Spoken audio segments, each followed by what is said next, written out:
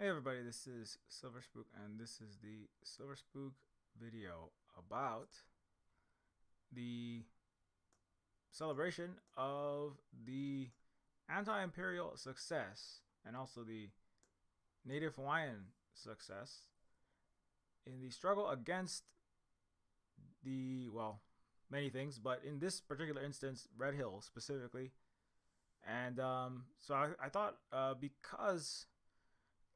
because just this past week they've announced that uh, basically 99.5 or basically all of the fuel in the Red Hill tanks has been drained. This is a major fight in Hawaii for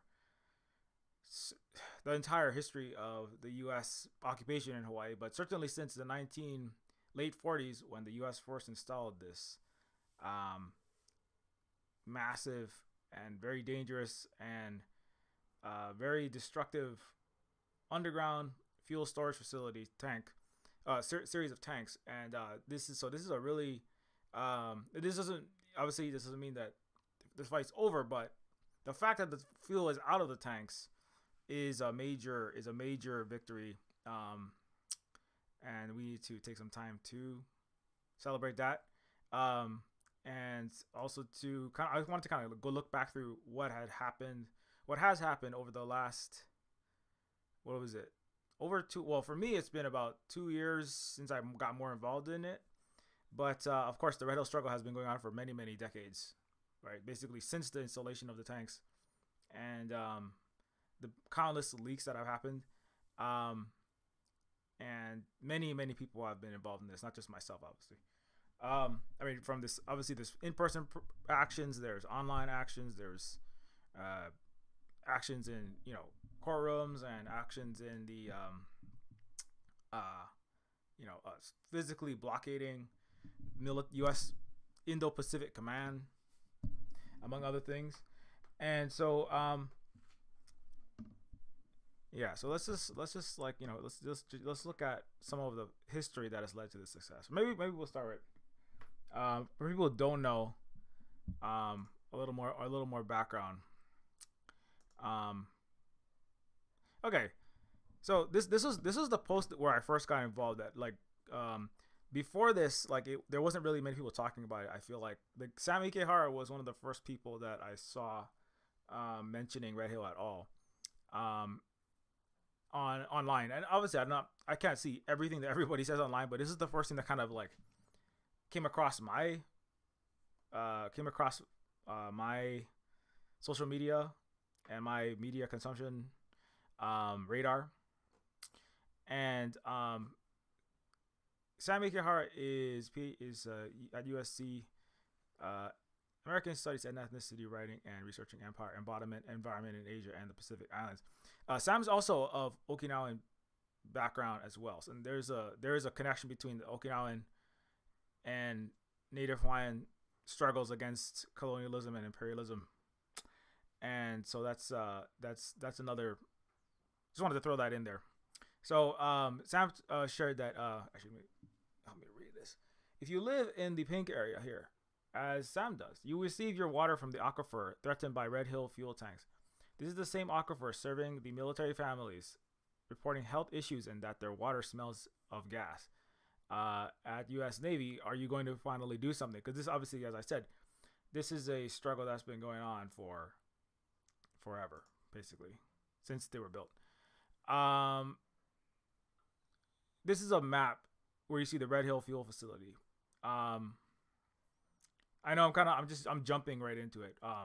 It's 250 million gallons storage facility for U.S. military uh, aircraft and other U.S. military fuel. It was supposed to be enough to last the United States for years, in the event that World War II continued on till 1950, because it was unknown how long the World War II would last. So the amount of fuel in there is just astronomical. It's the world's largest imperial underground fuel storage facility, and it also sits directly above, 100 feet above the sole source aquifer, which is basically the freshwater source. That's for tap water, for bathing, for showering, for cooking, for brushing your teeth, right? For 1 million people on Oahu, this island. And so, that's in a nutshell, right? So that little dot there is Red Hill facility. Anyone, and this is from the first update.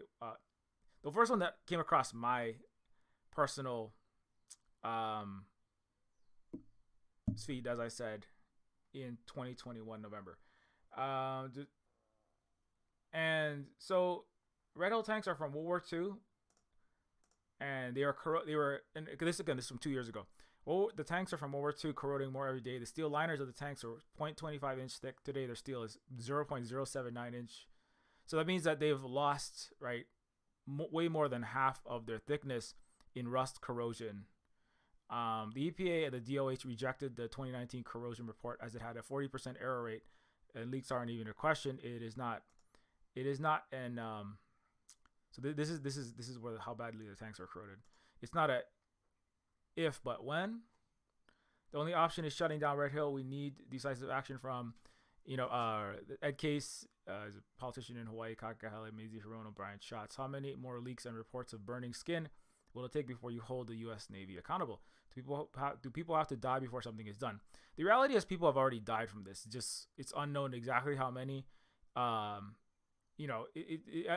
least as a factor in their death, because hundreds of thousands of people over the decades, if not millions, have had jet fuel, petroleum tainted water from Red Hill. There have been, on average, at least one spill into the aquifer per year. At least one spill. So the to think that it might not like people consume so much jet fuel that they literally died, but there have been many, many cases, especially in 2021, where children were rushed to the hospital with their hair falling out, rashes all over their body. Teenagers like going unconscious because they just consumed so much fossil fuel. They've inhaled too many jet fuel of that. Just being in their house and turning on the faucet, it smelled like a gas station, right? So people were definitely seriously, had catastrophic levels of fossil fuel gasoline exposure, right? Thousands and thousands and thousands. There's currently lawsuits going through the U.S. court system. I'm not sure where they are exactly, but the U.S. military were majorly impacted, but obviously not just them, everyone in the region. And the U.S. military get paid big bucks, and they have cost of living allowances, and the U.S. military moved their personnel into hotels. There are Native Hawaiians living on that same water pipes. They didn't get any of that support. We didn't get any of that support. So that also has to be taken into account. So this is where it started. It is not where it started. This is where I first got myself involved. The only question is shutting down. Okay, so anyway, so I came across my Twitter or X or whatever it's called now. The U.S. military, and so I shared it, and I just want to say this one, it wasn't getting very much traction. I was like, how is this? At the time, there was maybe 50 likes on this thing. The original, right? The original one, this post on Hawaii subreddit is absolutely. So this is, you see, what was happening was the U.S. military wives and some, usually not the personnel, because the U.S. military, if you speak out against, obviously you can't speak out. You're like, you have to be silent, and be a good soldier and allow atrocities to happen and all these horrors to happen. Just the U.S. military is the empire, it's it's Emperor Palpatine's empire. And you could be dishonorably discharged. You could not get your compensation, your retirement, your GI Bill, your college, your housing. All of your basic needs might not be. You might lose all of that and all of the money that you would need to survive in America if you ever criticize these heinous crimes. Which, let's be clear, this is absolutely heinous, continued crime among countless other U.S. imperial capitalist crimes, including obviously what the U.S. is supporting in Israel every single day for the last decades.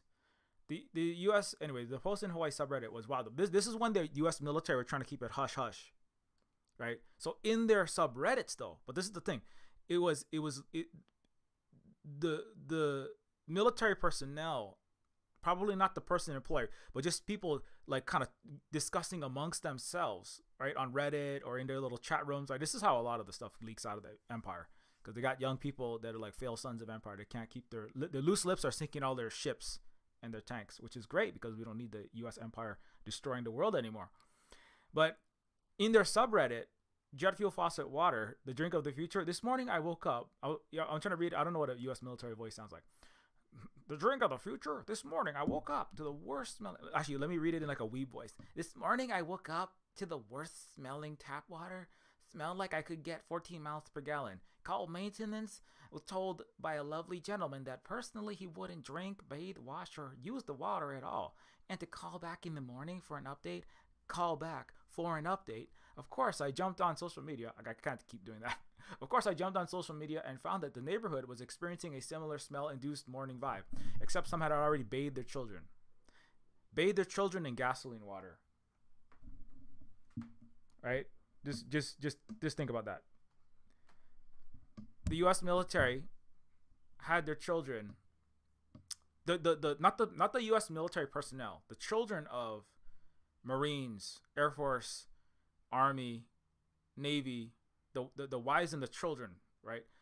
The military just let that happen. They knew it was happening. They knew the leak happened. Later on, it came out that it was documented, and they just didn't care. The U.S. military let tens of thousands of families bathe their children in gasoline water. Those children will have permanent damage to their bodies. Their cancer rates, stroke, their immune system problems. Their bodies are massively damaged if they aren't like, some of them are like, some children are still having constant seizures just because of this. I remember many reports of like the military wives and the kids were saying, like, the wives are saying, like, I myself, I'm like, I can't. This was even before COVID, right? So it was a lot of this was happening before, like, more of the serious effects were happening.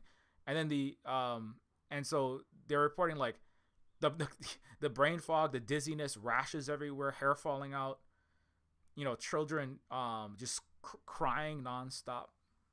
So the military allowed the children, the U.S. military covered up this multi-thousand gallon jet fuel spill that poisoned tens of thousands of their own people and their little kids.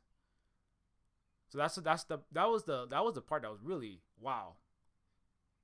Is this really what you're doing right now? I mean, obviously, if you watch my streams, you know that's not beyond the U.S. and the West, but rashes and sickness and complaints stretched throughout the day. Sorry. Many of the families already bathed children. They were given pets, morning food, and water. Rashes and sickness and complaints stretched throughout the day. Many dogs and cats had to be put down. When the dogs and cats drank that jet fuel water, they were so sick and so diseased. They had to be put down. Very sad. Silence from the housing group. So the U.S. military, just the housing group, silent. The bosses. Who's the bosses? The Navy commander, Joe Biden. The U.S. military officers, nothing. Letting all their even field grade officers. So there were like colonels, field grade officers, a lieutenant colonel. These are the top 2% upper crust of the U.S. military, the top brass. So even the colonels were watching their own children. I remember like watching a video of a U.S. military. Or watching a video of a U.S. Let's put it on since I'm just talking.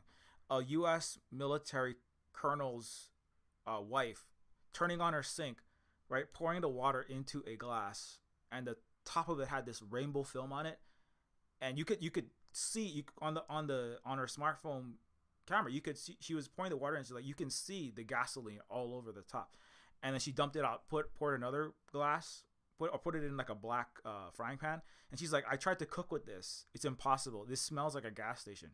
So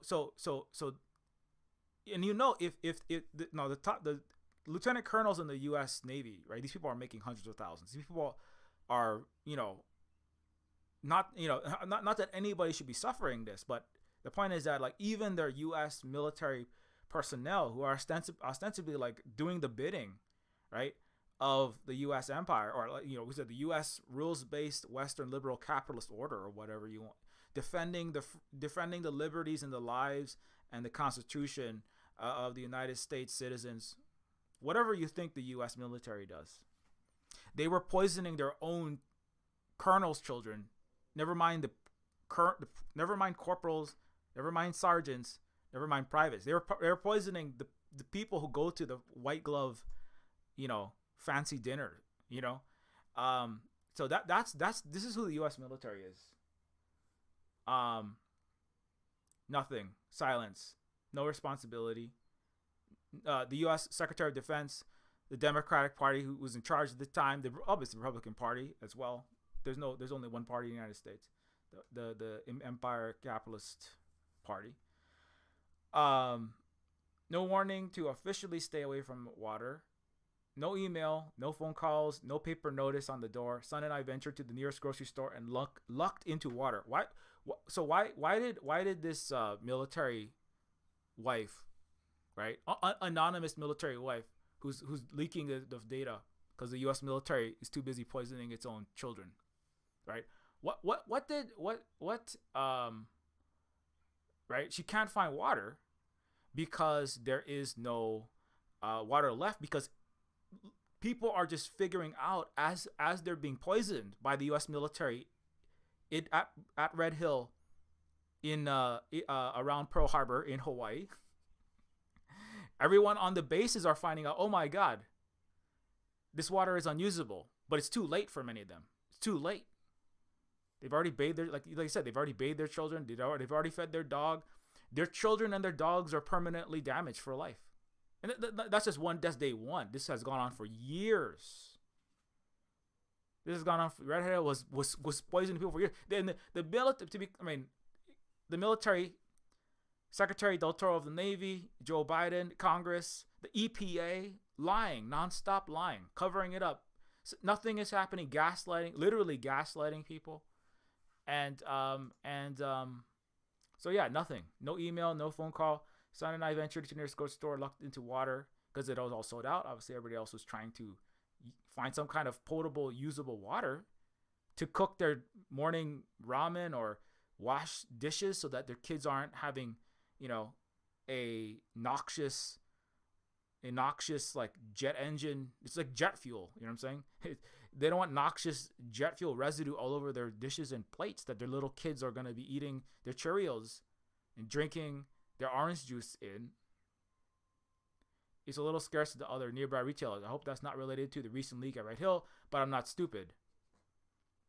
So, but this was the military was trying to cover up the fact that they were spilling all this jet fuel in their water. Anyway, so that was a real like, what is happening here? And it wasn't getting very many shares, and so I shared it, and like this one got like 6,000 something when it first, I was like, the U.S. military is leaking massive amounts of jet fuel into Hawaii's aquifer, poisoning Hawaiian families like mine and their own U.S. troops. Tap water smelling like gasoline, rashes from bathing in the water.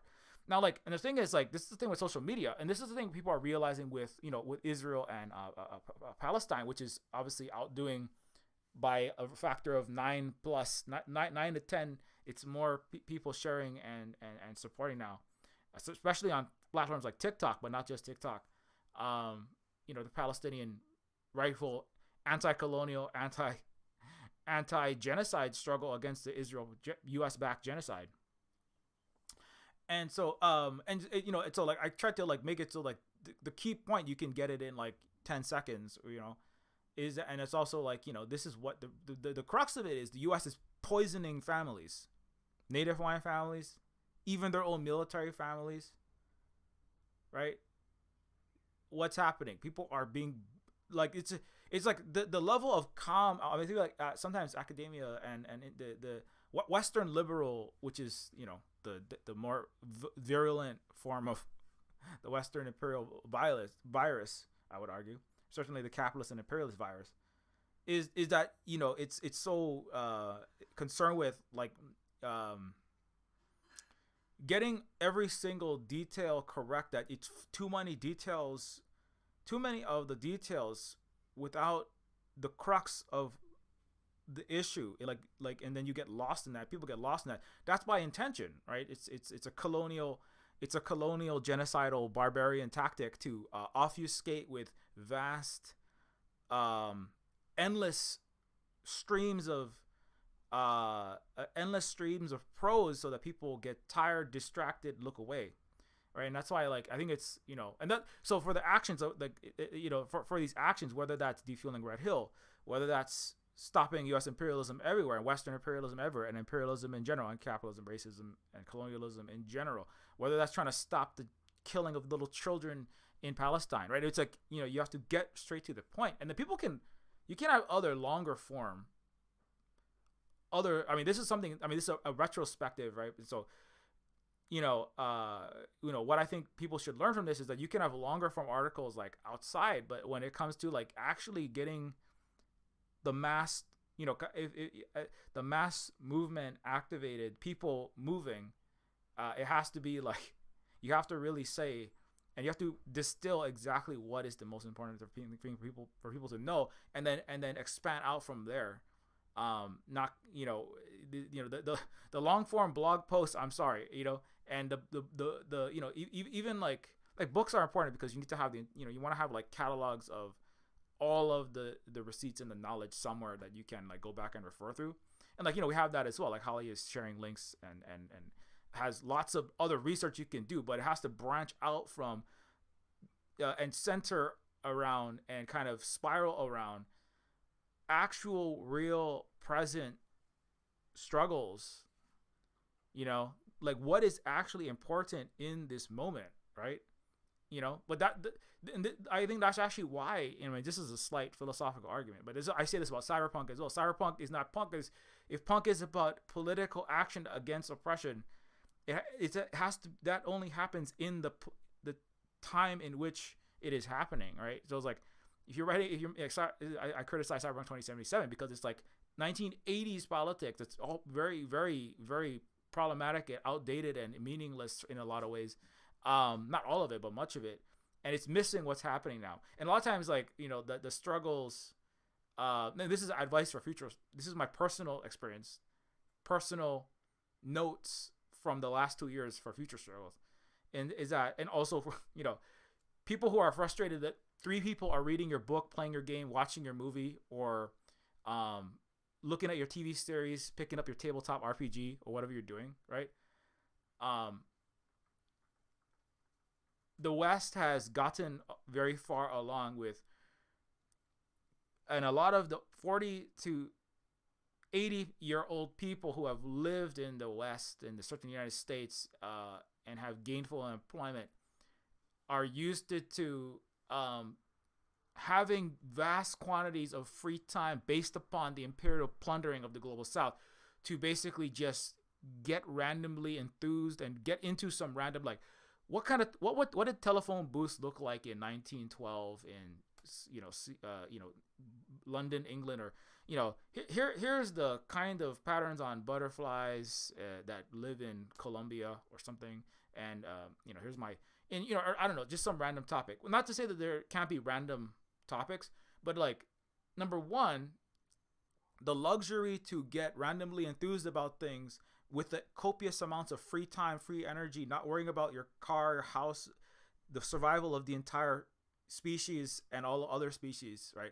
That was a luxury of imperial core members of the upper class, let's say. That was the privilege of white male boomers from 1950 to 2010 or something like that, and Gen Xers to a certain extent, and to a even smaller extent certain millennials. Not so, but for everyone else, we don't have, like, people have, like, decreased bandwidth for, and this is not just how to get your book sold or your movie sold. It's not, it's like that in general, people have, and I myself also have decreased bandwidth for that which is not actually important. And maybe that's a good thing. Maybe the world was being destroyed by, the rapacious infinite hunger that was the U.S.-led global capitalist order that has led us to near climate annihilation, teetering on nuclear World War III, right? Genocide in Palestine, all around the world, right? Ukraine, right? And so I think that like that's one takeaway is that like, you know, number one, if you want to get mass action to stop horrible things from happening, like poisoning of your entire island's aquifer of millions of people suffering and children being harmed, right? The thing is, when children get harmed, that's where people really start to take action, because you can't be arguing, right? You know, it's not really, this is not a good thing about humans, in particular Western humans, but not exclusively. But if you say a man or adult gets hurt, a lot of people don't care as much. When children get hurt, it's harder to argue. That's why the Palestinians are, you know, obviously, it's not good that children are getting hurt, but sharing babies being killed by sniped by Israelis, being bombed and being burned and being thrown out of incubators, like literally, not the Neofeud lie, fake genocide to create a real genocide, but when you actually see that babies thrown out of incubators and then dying by the dozens, right? Just like left there, like, you know, like so many potatoes, you know, on the side, like, but the Israelis going, well, that's easier to kill all these insects when there's just larvae. That's the way Israelis talk about the Palestinians, right? Which is also a U.S. creation. But when you show that the children being suffering, then people get activated. That's why the U.S. and the West colonizers always use, right, the babies in the incubators, forced 9-year-old IUD insertion in Xinjiang, right? The projection of what Canada is doing against indigenous people there, by Adrian Zenz, right? They say that because that gets people upset, especially people who have a conscience. Now, some people don't have consciences, like people who run the West and the Israeli leadership, right? Sometimes that's the same people, basically. But most people have some kind of ability to feel empathy. And so when you can't claim that a 1-year-old is Hamas, right? You can't claim that the U.S. military, even a U.S. military 2-year-old deserves to be drinking jet fuel. And I'm a native Hawaiian. I have much resentment, justified native Hawaiian resentment against the U.S. imperial occupation that I talk about frequently. But I mean, I don't want to see any 2-year-old or 1-year-old screaming because they're covered in rashes because anyone is pouring jet fuel on them, right? Nobody wants to see that, and that activates people, and so you know, anyway, so that's a lot of what I mean, this is just from my experience. Like posts like that was what started to get the more people sharing, right? Because when somebody looks at something and they're going to decide whether to share it or not, or like it or not, one of the things they factor in is how important is this to hear, right? If they see, this is how Western media works, right? Oh my God, there's children that are being thrown out of incubators oh, that's horrible. Where is it happening? Oh, it's in the Gulf. What should we do? The U.S. military should go into and invade Kuwait, or, you know, we have to get into that country in the Middle East. Oh my God, children are being poisoned by this chemical weapons in Syria. We got to get in there. We just got to get in there, right? Oh my God, you know, Saddam is using these chemical weapons. He has weapons of mass destruction, right? And so the immediacy of things gets people to, you know, share. And a lot of people, I'm kind of preaching to the choir, obviously, but it wasn't a lot of the media was not. A lot of the social media, which is the media, that's where most people get their media now. 1/3 of young people get their news from TikTok, and 80% of people get their news from some combination of social media: TikTok, Instagram, Twitter, Facebook, you know, all together. Mainstream media is, you know, it's mostly, you know, 50 to 80-year-old Westerners. That's basically the only demographic that are basically consuming, to any large extent, from CNN, MSNBC, Fox, and that kind. Now, those people still have a lot of power. That's like 3% or 2% of humanity. 50 to 80-year-old white Westerners. That's not very many people, but they have a lot of power. But they have to change their tune eventually. if enough of the rest of the population starts putting enough pressure. Anyways, so okay, but so anti-imperial success. Let me get back to the point. So the U.S. military leaked this amount of fuel. It's horrible. It's horrible, and I tried to share that. And I'm amazed that side note, I'm amazed that I even found this post because it was buried beneath thousands of other posts that I've made about this. And I basically, since this time, I spent 4 hours a day. I spent like probably 4 hours a day every day for months, like 6 months probably. And then still I kept posting about this. Just like making threads, trying to do streams, education about trying to get message out about what's happening there. More on the U.S. military's continuing poison. Yeah, where did this come from? Trying to find one that goes back to. Okay.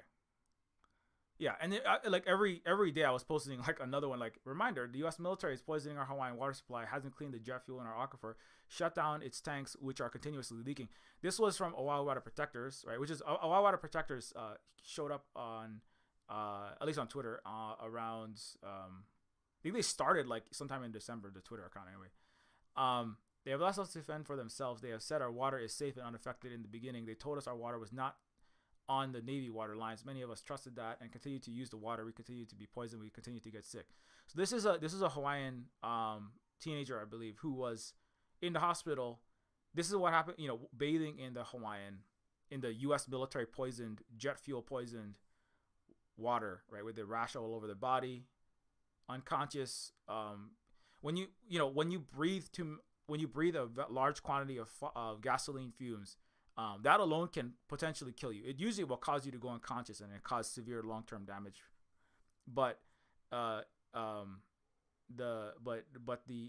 fumes can actually sometimes be worse than even the gas. But if you consume gas, that is also horrible for your body. But this is just one of the people who was poisoned.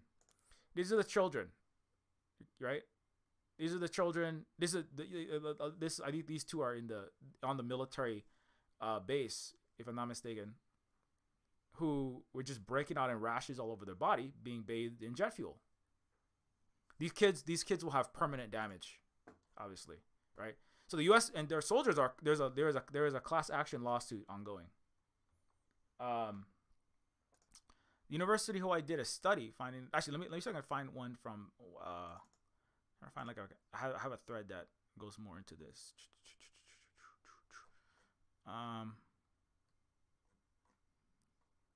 Pretty sure I have one. I don't remember where I put it though.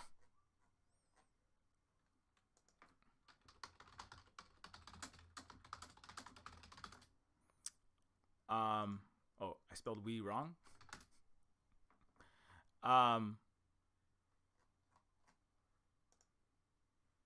Yeah, okay. Well, this is one of them from this time.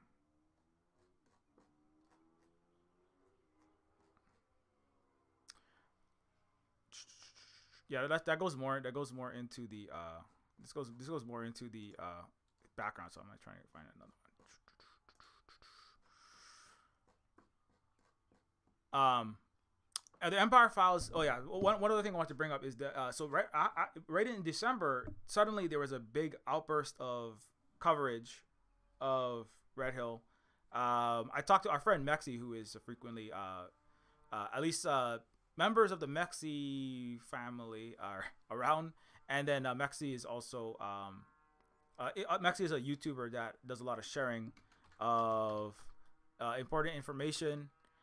And I have been on that channel obviously previously, and so I did a podcast, and then I came on to talk about a lot of different issues on the channel, including Native Hawaiian, Indigenous Futurism, Neofeud, which is my Native Hawaiian left cyberpunk game, and then also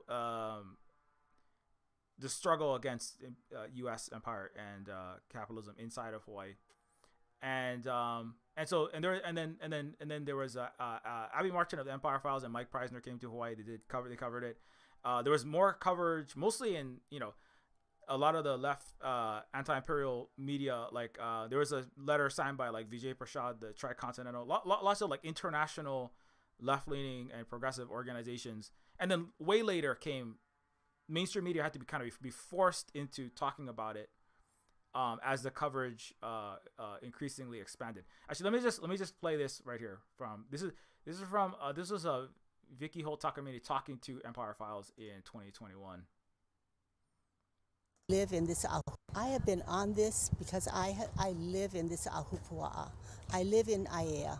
So the aquifer, Halava, and Aiea is my watershed. That's my land. And so to have somebody polluting my water, you know, where I raise my kids, where I expect my grandchildren to be living, the future generations, this is where I live. You know, some of these people come and they go. Our families have been here for decades, for centuries. We don't plan to leave anytime in the near future. So this is important to me and the future generations of my family. You know, I mean, we're not planning to leave. We're not going to give up our Aina. And I mean, what do you say to the Navy command? I mean, they're saying, oh, we can just fix it. We'll make sure it doesn't happen again. And the tanks will stay there. But it has happened. It has happened. It has been, and it's going to happen. It's going to get worse. We know that. You have to take responsibility. The Navy needs to take responsibility for their actions. They need to pull those tanks out there and move it somewhere where it doesn't impact our water. It should never have been built there in the first place. You know, we're an occupied nation. We never agreed to this. So you want to go back to that? It's like, we never agreed to have you. And we knew that one of the reasons they really wanted Hawaii was because of Pearl Harbor. They saw Pearl Harbor, they saw the opportunity to occupy and control all of the Pacific with their military, with their Navy base here. So, you know, it goes back for centuries. And we've still been, I'm still not American. I was born in the territory. It's like, I was born Hawaiian. My DNA is Hawaiian. American is a political status that I did not choose. So, you know, and obviously this is Vicky Holt Takamine is another Native Hawaiian and activist in Hawaii as well. Like Hanani K. Trask, who has the famous "We are not American" speech. We are not American. We will die as Hawaiians, which obviously I play frequently. And, you know, just reiterating that point that the U.S. military is still an occupying force in Hawaii, whatever propaganda it likes to push out there. So I'm looking forward to now that Israel's lie that, you know, it's justified. Israel has always been there and there's no Palestine. In the same way that people are discovering that, wow, you mean Palestine has always been there? Look at all this history maps. Look at all this information that has been buried by the West, by the U.S., by Europe, by colonizers, by the capitalist world that wants to dominate the Middle East, right? With a military base, a aircraft carrier mega base in Israel. Hawaii is is just an Israel in the Pacific. It's all based like Israel, based on lies, based on fabrications, bombarded across the planet by controlling the means of communication and the means of narrative and mass conditioning, right? Whether that's books, movies, print, radio, right? Now social media. Like I said, like a couple of years ago, if the Western, you know, imperialist, capitalist, colonizer world could disinvent the internet, they would. If they could disinvent social media, they definitely would, because it's not because the like I said, right? Like in this, just as in Palestine, even the ADL has admitted we have a TikTok problem. It's not that the CNNs, right, and the Foxes and the New York Times and the Reuters, the BBC, the France 24, the German news, you know, it is not because journalists or journalists have been trying their best, but I mean, not because they wrote a better story or there is lawyers suddenly figure out amazing new legal arguments to make. It's not because suddenly the education system magically improved and everyone was properly educated on the true history of Hawaii and Palestine. No, it's not the schools and the K-12 and the university and college system of the West. No, it's because the masses of the people have more democratized peer-to-peer means of communication, means of information distribution, means of narrative and video and picture distribution that has out communicated. It's a fire hose of information versus the fire hose of disinformation. It has out deconditioned the mass conditioning, right? It has demanufactured the manufacturing of consent by empire, right? It has in a certain sense, maybe not completely annihilated, but it has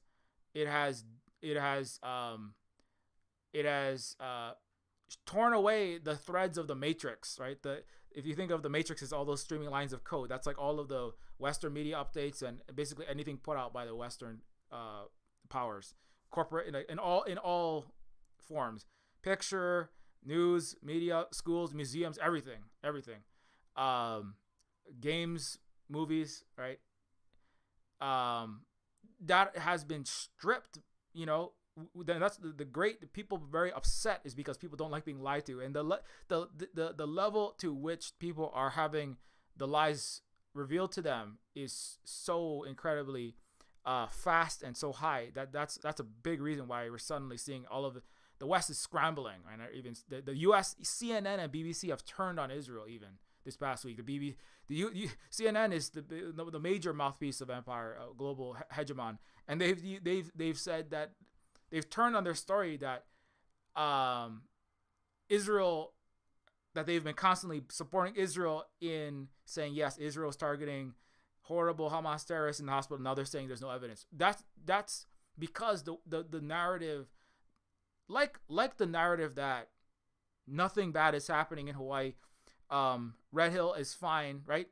They try on a smaller scale, because this is, Israel is at the end of the day, if that goes, that's a major, that is losing an entire unsinkable aircraft carrier, right? And so if they let that fall, that's actually even a bigger, if it's the end of Israel, that could be even a bigger win than Red Hill. Every win is important, but to stop that gaslighting, right? Like I'm trying to get back to that one post that I had.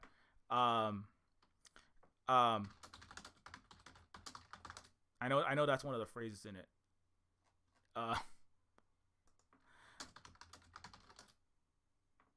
Oh shit. Sam EKR. Goddamn, I lost it. But that post that I was referring to, so in the beginning, when it was just military posters, right, on Reddit, right, when it was just military personnel quietly talking to each other on Reddit, they were still able to cover the story up. But at a certain point, if the fire hose of anti-imperial, indigenous global multipolar information beats the colonial imperial disinformation trying to stomp down the truth, then eventually they can't hide it anymore, and then you reach the point of actually making some progress. Now obviously the US hasn't withdrawn its entire imperial forces from Hawaii, not yet. The US is still in violation of international law. It's still an illegal military occupation and a fraudulent annexation, according to the UN High Commissioner of Human Rights. But they have at least defueled Red Hill. They're making concessions now. The U.S. obviously Red Hill isn't gone, but we still want to decommission the entire facility, so the U.S. can't fill the 250 million gallon storage facility back up with jet fuel. But it's at least the fuel is out. That's actually the fact that the U.S. has had to submit to Native Hawaiian-led anti-imperial actions that is a huge blow to the United States. They have never had to do that in Hawaii. The closest thing might be Kaho'olawe, where they stopped, many Hawaiians, protested by landing on the island of Kaho'olawe, which the U.S. was bombing into the Stone Age, cracking the water table, destroying that island horribly, and eventually got them to stop bombing. But in a sense, this is much bigger because this is a more important fight. This could poison 1 million. It could make the entire island of where 2/3 of Hawaii lives, Oahu. It could make that entire island uninhabitable. And on top of it's already, there could be far worse disasters where, 1 million people and hundreds of thousands of children could just be devastated, and the water could never be used again. I mean, much of the aquifer is tainted, but it's not all of it yet. And so anyway, long story short, that it is a success on the part of the protesters, the people who did getting the information out online or wherever else they got it out, calling in, writing to centers, everything people are doing now, right? Just blockading, because there were blockades of the U.S. military facilities at one point. That's harder to do in long term. And the U.S. military, the admirals actually threatened some of the Native Hawaiians. It said, we're watching you, we're coming for you. The U.S. military always threatens Native Hawaiians, though. The U.S. in general is a threat to Native Hawaiians. Obviously, they've been killing us this entire time. They've been poisoning us this entire time. Everywhere where Native Hawaiians live, we're living in a toxic ghetto in Hawaii disproportionately. I go through these statistics all the time. So the United States, as Haunani K. Trask accurately pointed out, is a death country, gives death to Native people, gives death to Palestinians, vis-a-vis the Israelis, and also directly with the U.S. Marines and U.S. Military soldiers just shooting Palestinians with Israelis that we now know is happening. Also, what's up, Big Tio? And so actually, those all also count. I would say that the fact that CNN and BBC have had to change their tunes.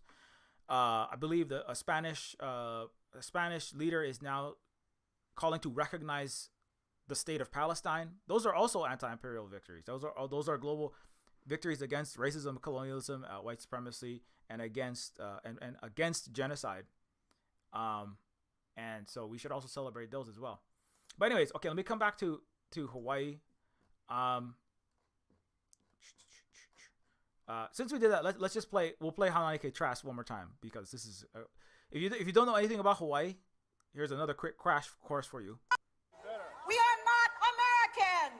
We are not American. We are not American. We are not American. Say it in your heart. Say it when you sleep. We are not American. We will die as Hawaiians. We will never be Americans.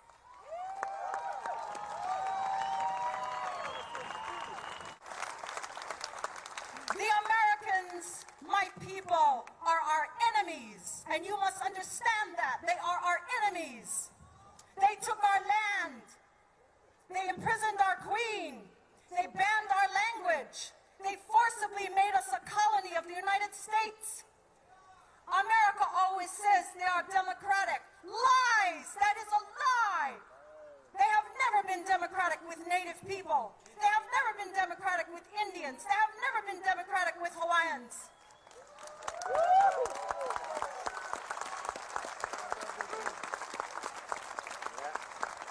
The United States of America is the most powerful imperialist country in the world. In the world. They control the United Nations. They control the Pacific Ocean. All these nuclear submarines circulating throughout the Pacific. The United States of America is a death country. It gives death to Native people. And the only way to fight the United States of America is to be political. Coup-eh! Coup-eh! Coup-eh! Coup-eh! Coup-eh! Fight! Fight! Fight! So, and that's what we're trying to do, is to by being I try my best to follow in Haunani K. Trask's footsteps and to continue to stand as a Hawaiian and to be political, and and that's part of how we got to this success. Not just me, obviously all of the people but it has been led by Native Hawaiians.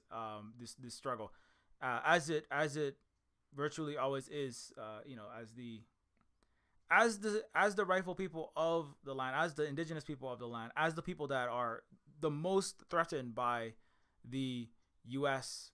Horrific barbarian atrocities and ongoing actions in Hawaii, including the military occupation, including the banning of language and culture, including the anti-democratic United States as a whole, which obviously harms America's own citizens, with 99.5% of all policy being dictated by whichever party and individuals and politicians get the most money, which is not a democracy, right? But it also harms Native people even more because the entire U.S. and Western, as a settler colonial genocidal empire, is based upon the annihilation and elimination of indigenous peoples altogether. Whereas if you are a non-indigenous person, if you are a we'll just say if you are a settler, if you are a non-indigenous person, your existence isn't threatened with complete annihilation, right? While the U.S. might still be undemocratic, it may taint the fuel of the military children. An American could have their fuel tainted. They could have very expensive health care, but their entire existence isn't threatened with complete genocide, right? And so that's why a lot of the struggles are often need to be ultimately led by the most oppressed classes of people, who have been in it longer, understand the struggle better, and also are at the forefront and spearhead the actions. Anyways, the U.S. Okay, sorry. Trying to get to other. Well, let's come back to. I want to go through. I wanted to kind of get through more of the timeline. It's already 12, so let me keep on losing my place.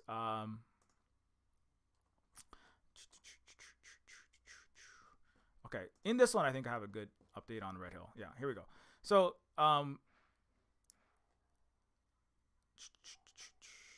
that's not it.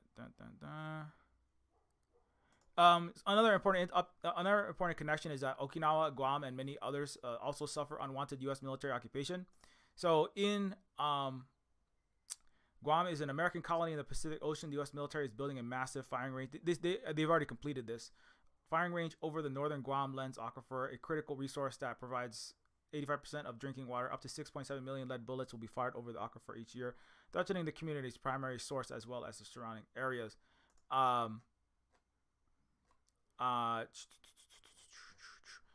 If you want like way more information about Asia, the entire Asia Pacific area, and this is from a couple years ago, so it's a little bit, it's going to be a discussion that myself, Danny Haifong, Carl Jha, our friend Akemi, Naftali Faulkner of Umurangi Generation, and myself. So this has, and also Luna Oy was involved in that. So it's Vietnamese diaspora. That's Danny Haifong, and he's white and a Vietnamese mix, and then Luna Oy is Vietnamese from Vietnam, like very strong left activist and anti-imperialist activist, and then there's Carl Jha, who is Chinese diaspora and very well known in the many communities. Let's say lived in the United States and then also lived in China and now lives in Indonesia.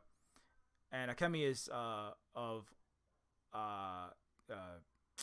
Ryukyu or what's called Okinawan descent, right? Because Okinawa is actually a Japanese name for that area. Okinawa is kind of like the Sandwich Isles. It's like calling Hawaii. It's like calling it would be like calling a Hawaiian a Sandwich Islander. Maybe not quite as bad as that, but Okinawa is actually the name that Japan gives for the indigenous people of that Ryukyu area. Anyways, so this expands way beyond Hawaii, obviously, and all Okinawa has horrific water poisoning by PFAS and many other problems, very similar to Hawaii. Okay, I've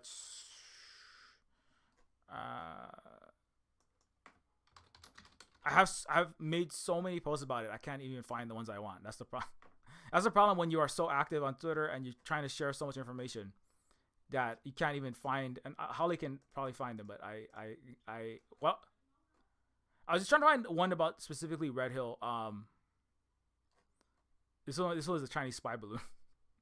I guess I could go back and look at every Red Hill post I've ever made.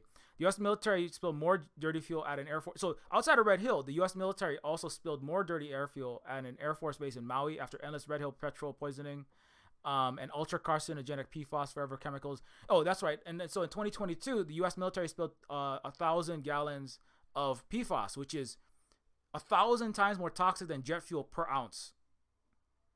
1 part per trillion. Like the average, usually it's like parts per billion, right? Like, what is the how many parts per billion of dioxin or lead or arsenic or etc. is according to the EPA acceptable amounts to be in water or some substance, right? PFAS is parts per trillion. It's so toxic, right? It's like there's basically no amount that's acceptable. So these PFAS forever chemicals that they put in the AFFF firefighting foam, they're not like. No, technically PFAS is it spreads and it's a forever chemical, basically never breaks down. But the concentrations that they put into military firefighting and military other military substances, among there's other places they use these horrible chemicals, but the concentrations that they use there are just astronomical and horrific, right? And so the U.S. spilled more of that, and then after spilling PFAS in 2022 into the around Red Hill in Oahu around the military base, and then badly cleaning it up, the U.S. military then spilled 700 gallons of diesel at the Maui Space Surveillance Complex located at the summit of Haleakala, Hawaii, January 29. Right now, you have to ask, right? Why did the U.S. Air Force? Right? This is another thing that I've talked about before. The U.S. described a lot of this. They masked the installation of military hardware, missiles, military death machines, military surveillance, all kind of military equipment on the top of another sacred mountain, Haleakala, right, which has a pristine, one unique in the world ecological habitat. Nowhere else in the world does this habitat exist, right? So it's a protected area for that. And the U.S., under the guise of we're building a educational University of Hawaii facility, they masked a facility, they masked a U.S. military base basically as an educational facility. So this is when you hear the University of Hawaii is just massively corrupt, just like all Western education is deeply complicit. That's why all the universities are trying to silence everyone and students and faculty from speaking out against the genocide in Palestine, because they're all corrupt and bought off by the empire. But University in Hawaii, its entire existence is basically a pass-through mechanism to build more bases in the unsinkable Hawaii aircraft carrier, right? Like the Israel in the Pacific that is Hawaii, that the U.S. has set up, uses the university so that the defense budget looks smaller, and then citizens and the corrupt, every single Western politician is just a complete corrupt sack of feces, basically.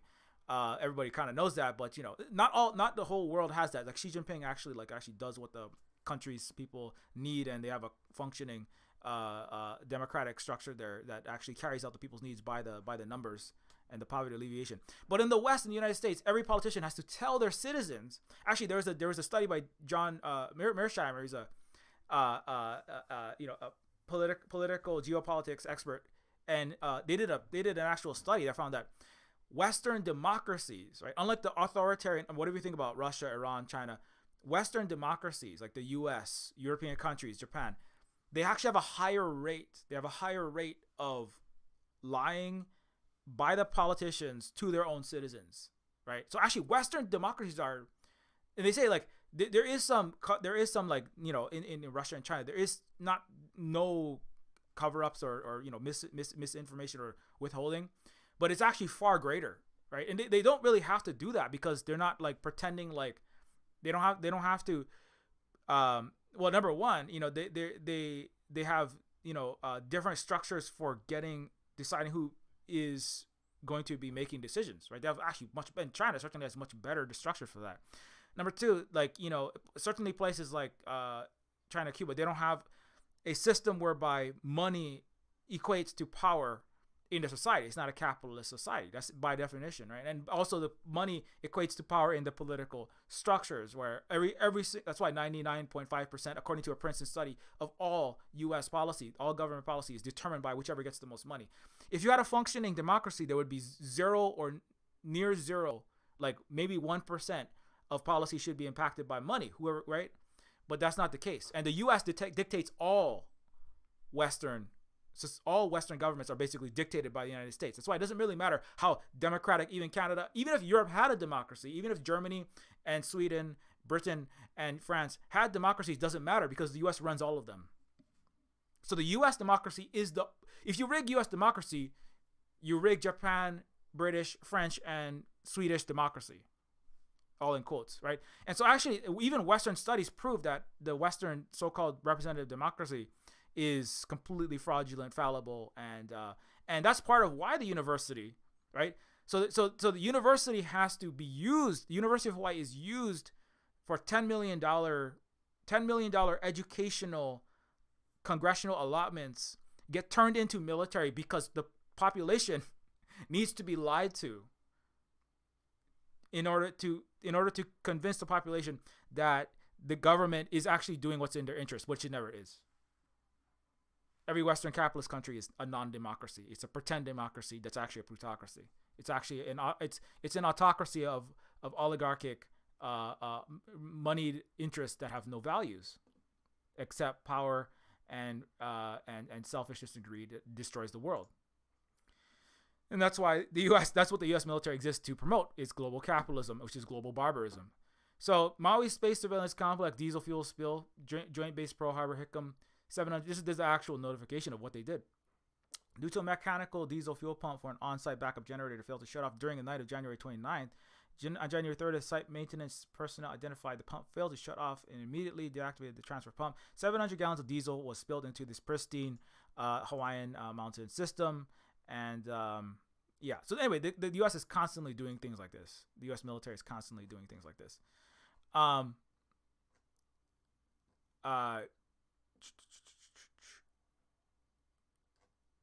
to find this is like all this stuff. Okay, I have so much threads. I should have found them all before I even got here, but too late. And in case you're like, what? Well, Silver Spook, you know, there's no way that the you know what's happening in Palestine is anything like what's happening in Hawaii. The U.S. has helped Hawaii. If you still believe that, the U.S. human rights abuses and cultural genocide of Native Hawaiians is recognized by the UN. The United Nations, as I already said, has recognized like the Israeli occupation of Palestine, the U.S. is in flagrant, ongoing violation of occupation of Hawaii, the country of Hawaii. Okay? The UN High Commissioner on Human Rights formally declared the U.S. an ongoing illegal military occupation. His exact words here, right, were the lawful political status of the Hawaiian Islands is that of a sovereign nation state. Let me say that again. The United Nations High Commissioner on Human Rights says Hawaii is a sovereign nation state. That's a country. So the state of Hawaii, the U.S. state of Hawaii, is a fiction, according to the UN. That is under a strange form of occupation by the United States resulting from an illegal military occupation and a fraudulent annexation. As such, international laws of The Hague and the Geneva Convention require that governance and legal matters within the occupied territory of the Hawaiian Islands must be administered by the application of the laws of the occupied state, in this case the Hawaiian Kingdom, not the domestic laws of the occupier. Everything in the same way that everything that Israel does, right? Everything that Israel does in Palestine is all illegal, right? And also in everything the U.S. does in Hawaii is all illegal. It's all illegitimate because the existence of the occupying force, right? That's why Israel cannot. The UN just came out and said, the UN expert came out and said, Israel does not have the right to defend itself because Israel is an occupying force.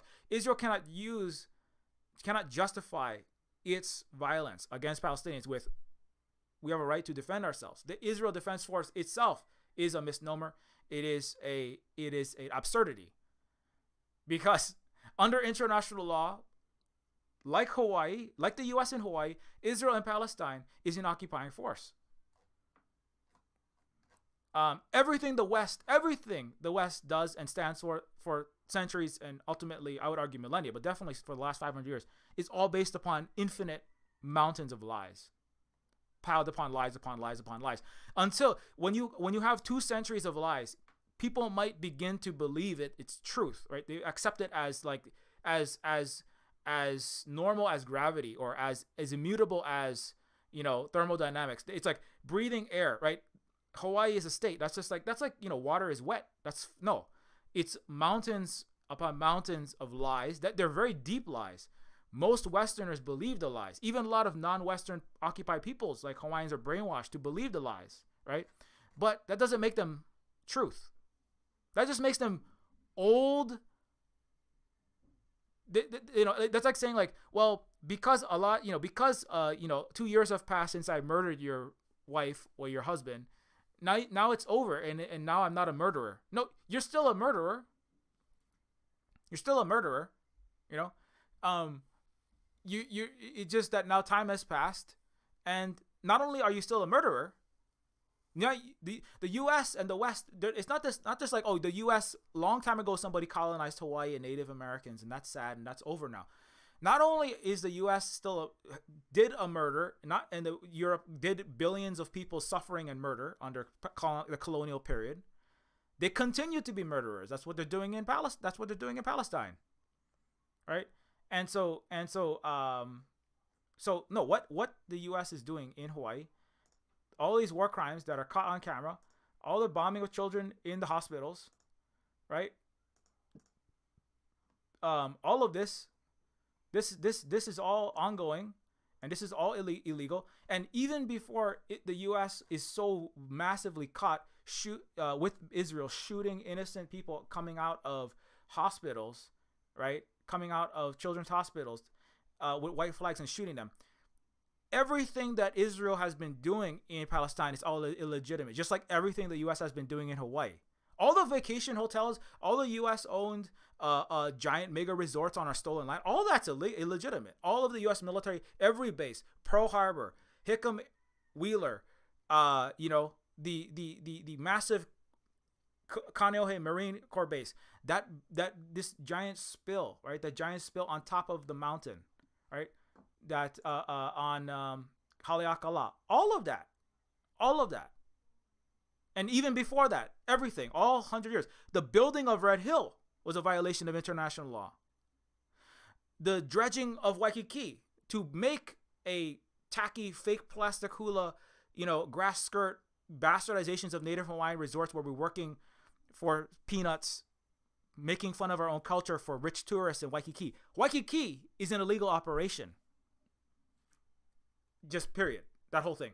The dredging of it, destroying our ability to feed and sustain ourselves with the prime, pristine, taro and banana and, very fertile land there, right? The way that the U.S. destroys olive trees in Gaza in real time, the U.S. did that to Hawaii in Waikiki. That's what Waikiki was.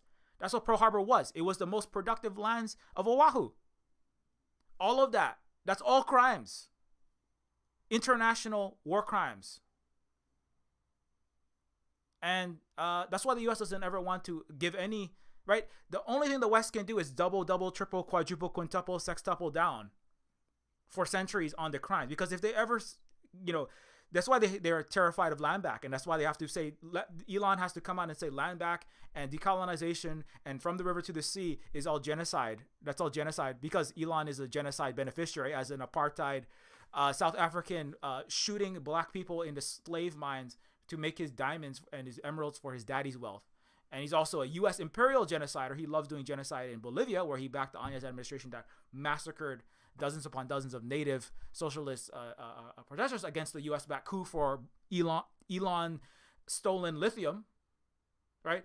So, but this is just the doubling and quadrupling and quintupling and every time somebody complains, just bomb all the universities, right? Like it's like Israel blowing up the Congress building in Gaza, burning all the paper, right? Everything that the West has ever done, everything that the middle and upper middle class Gen Xers and boomers sitting around writing about, oh, wasn't it great that I, oh, look at this new iPhone that I got. Like all that bullshit and all that prosperity that's based upon the global majority, or the 90% of Earth, or the African, Asia, Latin America, and the colonized world's continued suffering and forced underdevelopment, stealing of resources, genocide, enslavement, etc. And I do mean slavery, like in Libya, where Hillary Clinton and France went and with the neocons bombed that country into the Stone Age, and then slave markets emerged. So, anyways, but yeah, in case you're like, well, this is all just like hyperbole. No, this is literally the ruling of the United Nations. The U.S. just stands in flagrant violation of its own human rights experts' conclusions.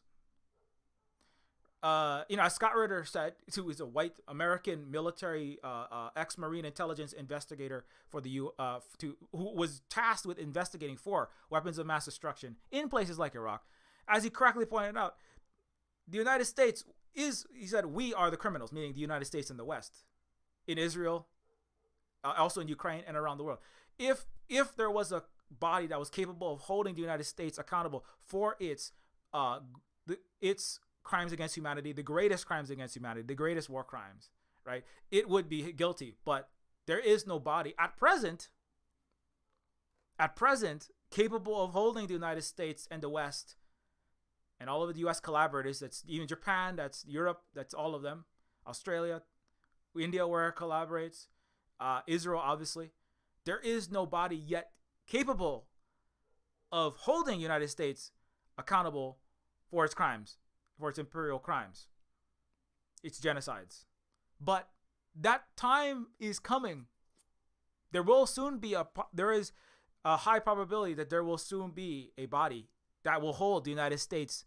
So anyone who's, you thinking about joining into this war criminal organization called U.S. corporations, government, NGOs, and most of the nonprofits and any of their vassals, right? You might want to rethink that. There are multiple nations, Spain, and actually, Spain has its own crimes and things that they are involved in as well. But there are other global South nations that are currently calling for international criminal court proceedings, and the tides are starting to turn on the U.S. and the West. Criminal proceedings for the genocide of the Palestinian people, and then when we start having actual people going to prison, people like being removed from their positions and maybe worse for their war crimes against the children in Palestine and in war crimes in Palestine in general, and their support, right? Then there's a lot more, you know what I'm saying? We have at least 5 centuries, but we can go a lot farther than that. But certainly in the last 5 centuries, we have many, many, many crimes that many people will be guilty of. And also in the last 2 decades, we'll see, how far back does it go? If you are knowingly in your present life complicit in the genocide of children and a killing of children, which if you work in the U.S. Congress, you are. If you work in the White House, you are, for basically every U.S. presidency. But certainly anyone who's alive who's ever been in the Senate, the Congress, the presidency, many corporations that have directly worked with all these executives, the business, the revolving door between the business and the politics, all those people will be people who will be culpable and punishable, including university administrators, by the way, because these people are all also working directly with the military-industrial complex and all, So anyone who gets involved, I would strongly caution anyone to get involved with with the United States and any Western countries, corporations, governments. If you want to look at who you got to boycott, it's basically every Western corporation, like Disney, Starbucks, Marvel, DC. Walmart. I mean, even entities that were using, I can't even stream without using Palestinian child blood covered internet software, unfortunately, and pipelines, right? But to the extent that you can stop, to the extent that you can reduce your culpability in war crimes, which will be prosecuted. it is highly advised. I mean, not that you should do things out of fear. You should not be involved in genocide because you want to be a moral, ethical, normal, healed human being. You don't want to be a sick person. You know, you don't want to be somebody of a sick culture. As I forget who said, if colonialism has taken root, which is to say the genocide, slavery, plunder, and immiseration of entire continents of people, that's what colonialism is, based upon just lying and racism to justify the violence and the stealing. Once you have a country or a people that is engaged in colonialism, you already have a spiritually sick culture. You have a sick society, right? Even before they've done that, because any society that like Israel is a sick society. You can see them when Israel is on TV, when they're on screen, right? Just screaming at the top of their lungs, "We will kill all Muslims. We will." Israel today, they just came out and what did they say? Israel came out and they said that a TV host in Israel came out and he said, "We will kill all Muslims and Arabs. We are prepared to fight the United States and the whole world, and we will genocide every Arab in the world." This is a major TV host. So Israel is obviously, if this is the kind of people that they put on TV, they obviously have a sick society. They talk about Palestinians like they're animals. They call them animals in the open, publicly, right? Like Nazi Germany. They have an obviously sick society, but it's not just Israel. The entire West is a sick society. The U.S., the European culture, the Canadians, the people who have been colonized and then formed into colonizers, like the South Korean government, the Japanese government, and to a large extent, Japan went along because they said, in order to survive, what we'll do is we'll copy the British. And we'll build a London and Tokyo, and we'll do what they did to Asia. And we'll have wealth and power based upon the genocide and suffering of our fellow Asians, including millions of Chinese. Right? And so that's a sick society. You know? And filling your life with distractions, right? Like buying more Les Paul Gibson guitars with all of your blood-covered money that you got piloting drones to kill children outside of Al-Shifa Hospital. Filling your life with more motorcycles that you don't drive and more expensive clothes and fancier phones, buying $70 AAA games on Steam, and with all of the mountains of blood money you got working for corporations, the military, and the government establishment, programming for the FANG military intelligence complex or whatever you happen to be doing that gives you the money that you are using. That's distractions and voids that you fill because you are complicit in the greatest crimes against humanity on the planet, and you have a sick soul. That's why actually the U.S. military veterans who came back from Iraq and Afghanistan, you have 5 times more likelihood to blow their own brains out. By the way. The suicide rate amongst military personnel. If you join the U.S. military, your suicide rate skyrockets, and also killing your entire family the probability skyrockets because you know exactly what you are a part of, right?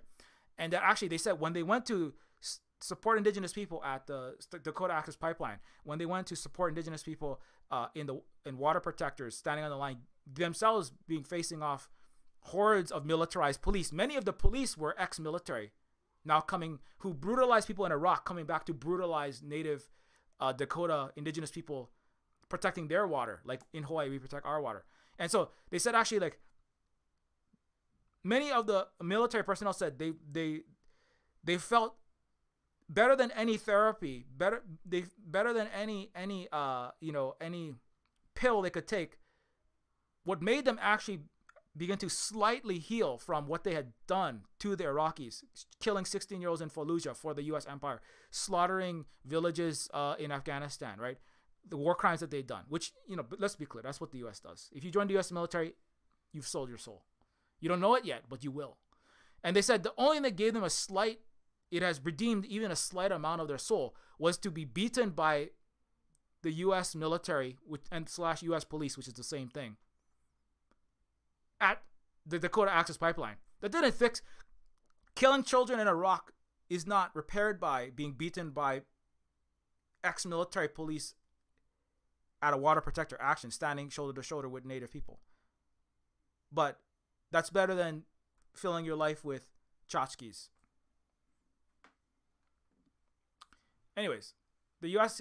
Human rights. So, but long story short, I feel I've gone off on this for a long time. So, in case you want to investigate more, there's I've much to speak specifically about the greater context of what the U.S. is in Hawaii as a whole outside of Red Hill. But let's go back to Red Hill. People at Red Hill fuels leaks in 2021 still don't have access to clean drinking water, which is why. So this was posted. Karaoke Computer was a major activist in this struggle also, and has been for a long time since Mauna Kea, our Native Hawaiian struggle against the illegal projects on the Big Island of Hawaii at Mauna Kea. Karaoke Computer, also known as Mikey Yoki, did a lot of the video work to document that, and also did a lot of the video and media communications work with the Red Hill and Oahu water protectors, trying to shut down the U.S. military crimes at Red Hill, poisoning our water. So this is the people affected by the Red Hill fuel in 2021 still don't have access to clean drinking water, which is why every month they were distributing hundreds of cases of water to Kapolina residents. Kapolina is non-military Hawaiian residents, right? See, as I said, the military, while it's horrible that they were poisoned at all, they have hotels, they have military money, they have more support. The military obviously was horrible allowing it to happen, but they at least the military paid for them to have their water, and they paid for them to have for many of them to be put up in hotels for a period of time. But for the Hawaiians, they were just left out to dry, right? So people they had to get donations from other people to just bring them water in that area. And also Blackstone Real Estate hired Kapolina and then hired new security, and they called the cops to get people out of there. Horrible. Anyway, yeah, Blackstone is a horrible organization. Obviously supports Israel as well. And this was in February 24th, 2023. So just for context, okay, the Red Hill fuel spill happened in 2021, November 2021, or right. This was almost 2 years later, and they're still being impacted by that one spill. Okay.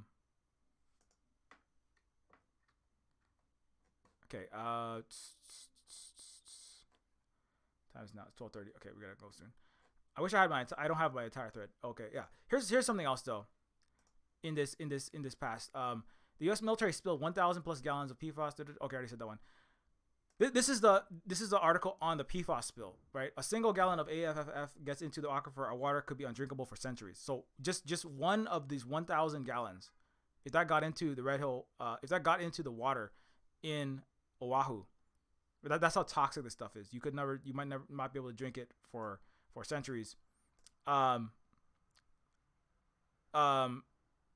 This is from a year ago. This is from a full year after the Navy still refused to release the footage at Red Hill. Again, at every turn, the Secretary of the Navy Del Toro, the U.S. government, right, the U.S. Navy officials, every single turn, they lied to their own people. They lied to the public. They lied. They just kept saying. At one point, let me see if I can get that. Secretary Del Toro said, it's not the fuel in the tanks, right? Let's see if I can get that one.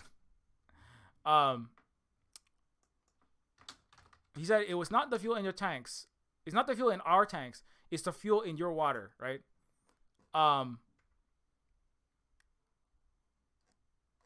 Okay, shoot, I don't know if I'll be able to find it. They said, yeah, the Navy has tanks of fuel stored there, and they said, the Navy said it's not that bad. The fuel is in the drinking water. It's not in your tank. It's not in our tanks. The fuel is in your drinking water. And I was like, I can't find the exact quote, but let me see if I can find it.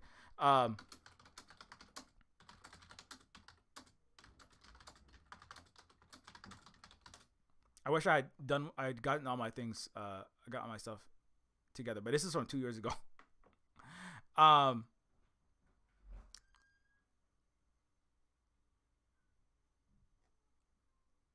Okay, yeah, I might not be able to find it, but there's at one point the spokesperson for the Navy came out and said, it's not that we have it's not that the problem is not the fuel in the Red Hill fuel storage facility.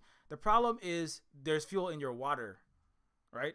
As if the fuel in the water didn't come out of their storage facility.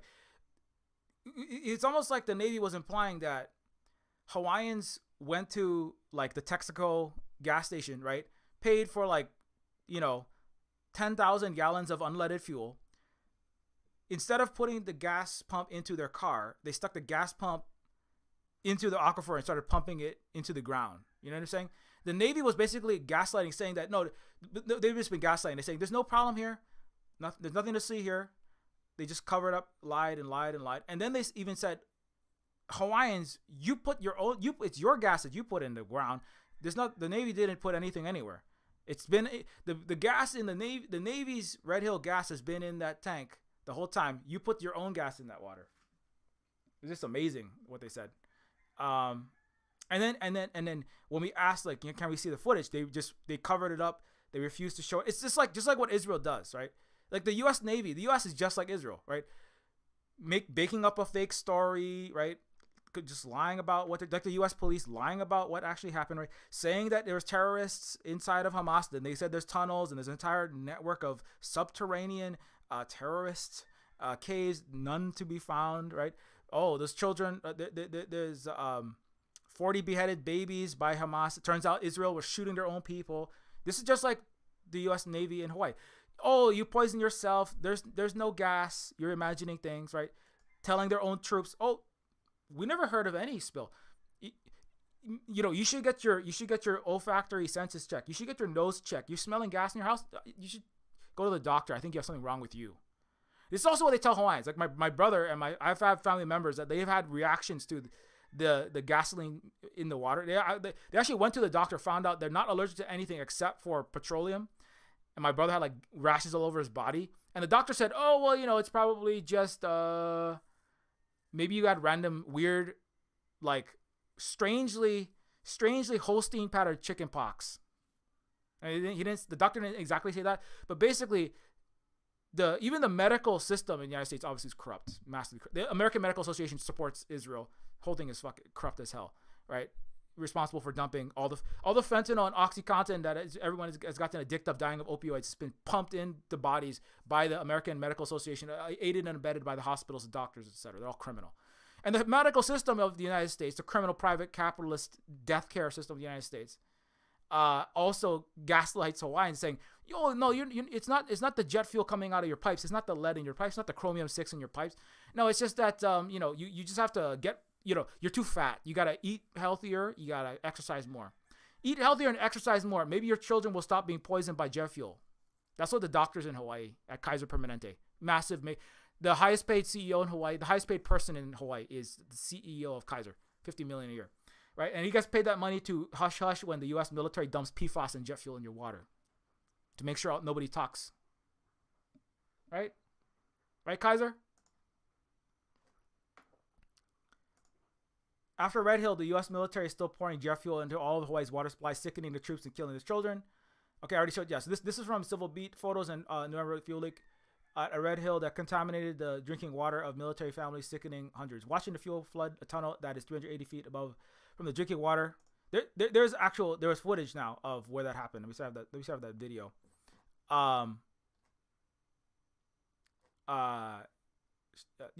Somewhere there's a video that I did not find prior to this, but you can actually see the jet fuel blasting out into a tunnel. Imagine a fire hose filled with gasoline just firing out into the Hawaiian water supply. That's what it's like. This is Secretary Del Toro of the Navy. Senator, this is why they want it, right? Why is the U.S. doing all this, right? Just as Joe Biden said, if Israel did not exist, the United States would have to create Israel to secure its own interests in the region. Why does the U.S. have Hawaii? Right? As Victoria Takamine Holt said, and also as the U.S., this is Biden administration admitting also as well. Well, the U.S., it doesn't matter who's the administration. It's the billionaires administration, not the Biden is just a puppet of the world's billionaires and all of the neocons. That's all he is. But this is the global tumor that is the global capitalist psychopathic oligarchs that use the U.S. as a vessel for their interests. They need to grow a 355 ship navy on the 2018 National Defense Authorization Act, and ask whether the size of the fleet needs to grow, right?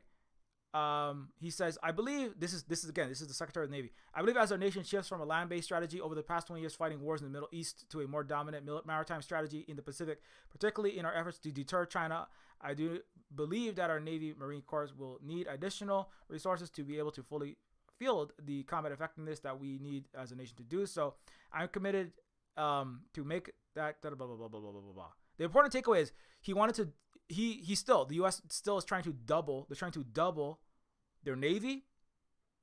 At this time, this is 4 years ago. They were planning to massively increase the Red Hill and other fuel storage in Hawaii. They're going to increase their ship presence, right? They still are trying to increase it, by the way. They are really, the U.S. wanted to build a Red Hill in Australia and in the Philippines. The U.S. is going to, by the way, the Defueled Red Hill, a lot of that fuel is going straight to the Philippines. Why is it going to the Philippines? Because the United States wants to turn the Philippines into a Ukraine/Israel. It wants a proxy war in the Philippines. That they've actually come out and admitted that.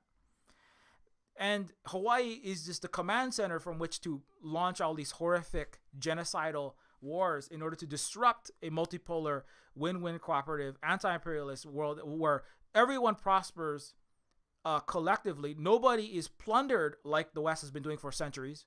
Nobody is plundered and suffers like in Africa, Asia, Latin America, so that Europeans and Americans and Canadians can have a handful of nice things from the stolen wealth of the rest of the world while burning the entire planet, overusing fossil fuels, and not doing any green, renewable mitigation of that, right? So the U.S. plan is to basically, right, use Hawaii, increase its military presence, and then start a proxy war in the Pacific, cause quagmires, shut down the Strait of Malacca, tank the Chinese economy, tanking the world economy, tanking the Silk Road, tanking Asia, tanking all of the new countries that are just for the first time getting electricity, roads, schools, millions of people coming out of poverty. The U.S. has said, we want to push the Chinese back into poverty. We want to push Latin America back deep into poverty. We want to put Africa back into the Stone Age. Everyone going back into the Stone Age. The reason why there's a Stone Age, the Stone Age is the West saying the quiet part out loud.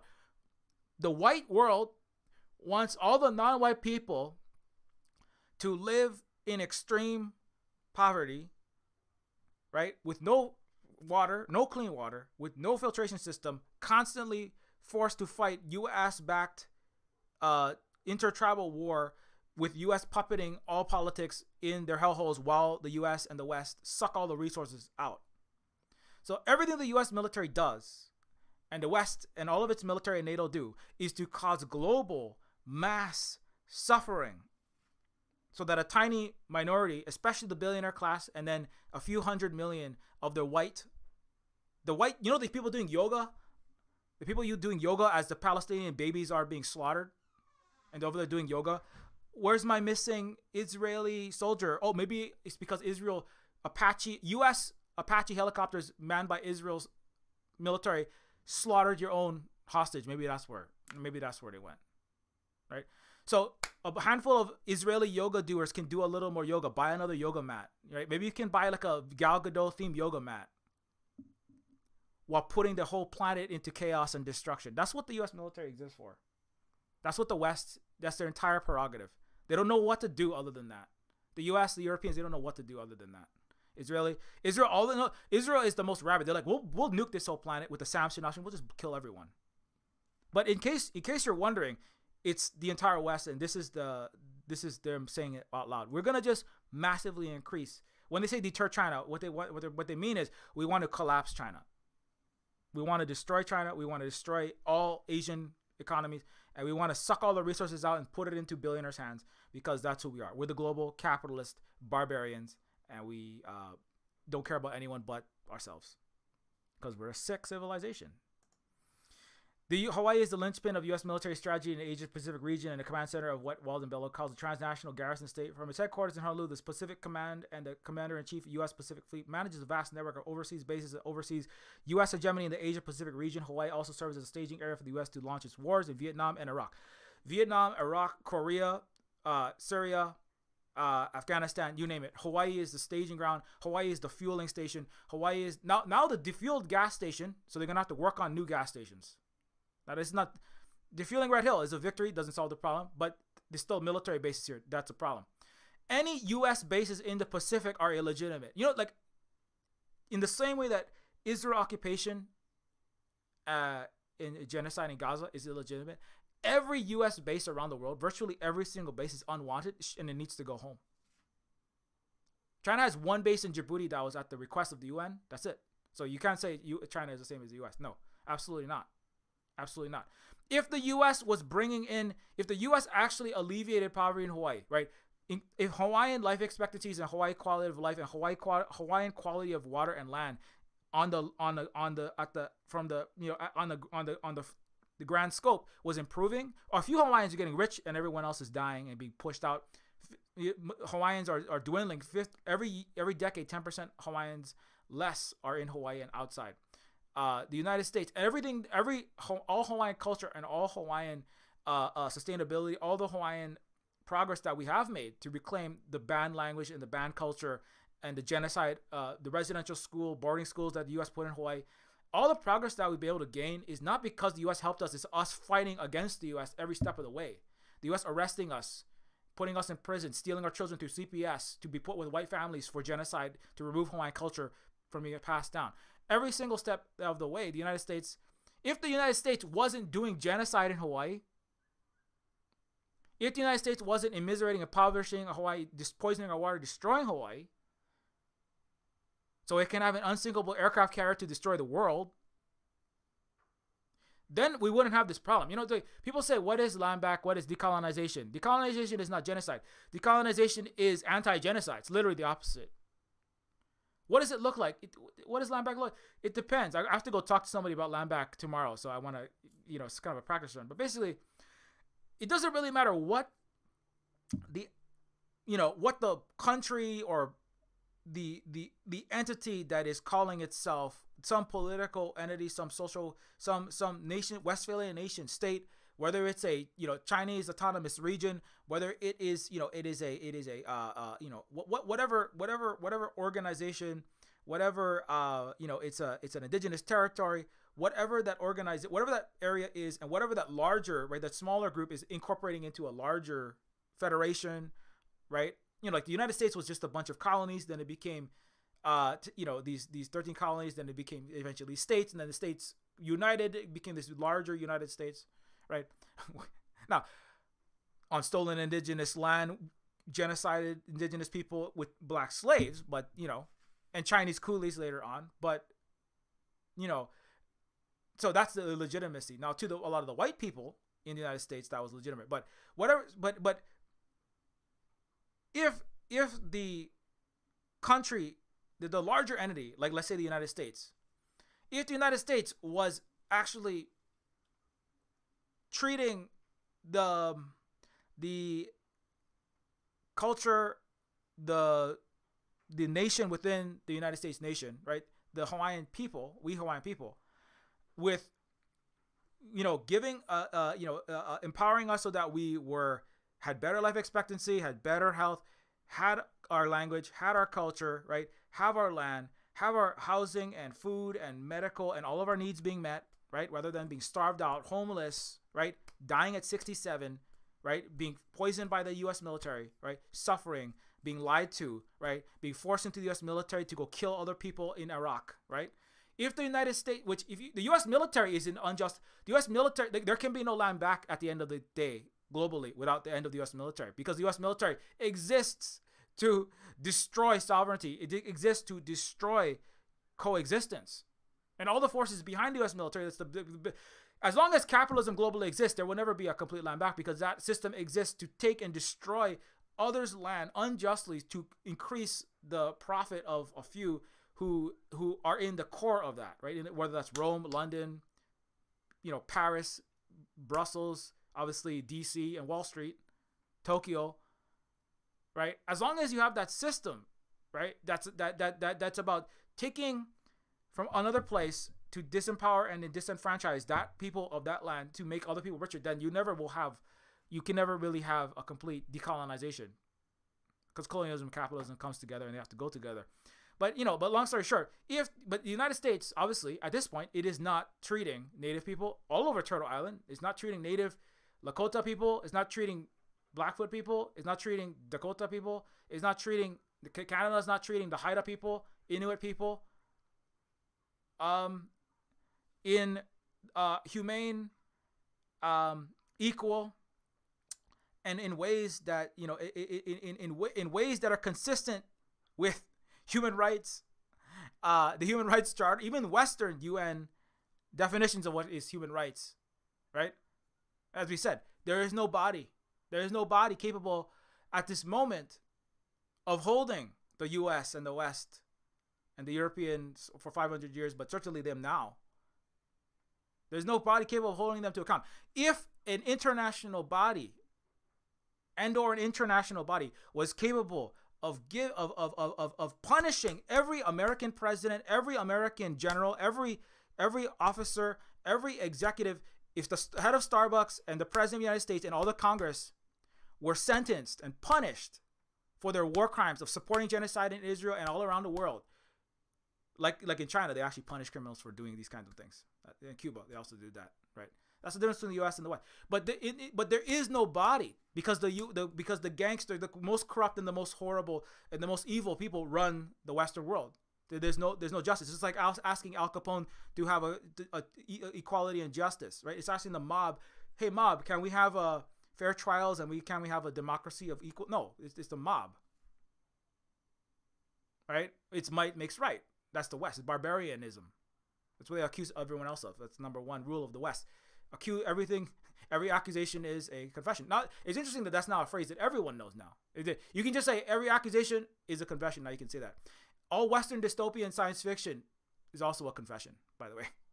Science fiction is projecting the crimes that you've already done into the future onto robots or other people, or Orwell's 1984 is projecting Western censorship, brainwashing, authoritarian civilization onto Soviet Union. That's what that is. When they're actually, when demonstrably, according to the Mearsheimer study, Western democracies have more media control and more lying and more censorship than the so-called authoritarian Russia and China. So, anyways, if the West was capable of, if the United States and all of its vassals were capable of providing justice, actual equality, actual human rights, actual freedom, to be Hawaiians that we want to be, without infringing on other people's rights. If the U.S. and the West were capable of offering that to Native Hawaiians as a nation, right? If the United States offered that to us as a nation and said, Native Hawaiians, number one, right? Where's the number one, Native Hawaiians, we are sorry that we took the land, right? As Haunani case said, we are sorry that we banned your language, poisoned your water, devastated universal healthcare, overthrew your country, forcibly made you a colony, illegally, militarily occupied you. We're sorry that we broke your mother's hands for speaking Hawaiian. My mother's hands were broken for speaking Hawaiian in school. We, the United States, as a country, are sorry, and not just say you're sorry, because Bill Clinton already signed an apology, but then you have to make good. We will never again punish children for speaking Hawaiian in school. Children are still punished for speaking Hawaiian in school to this very day.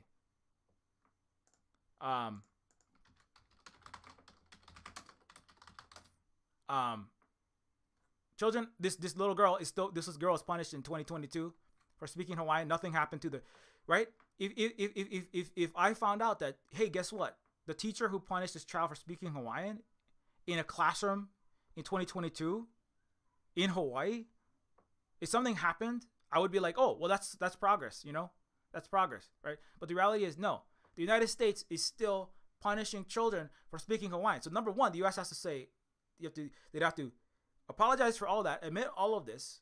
They take the Bill Clinton 1994 admission of guilt of the United States genocide war crimes and violations of Hawaiian sovereignty, etc., and then not just say it, and then they have to fix it.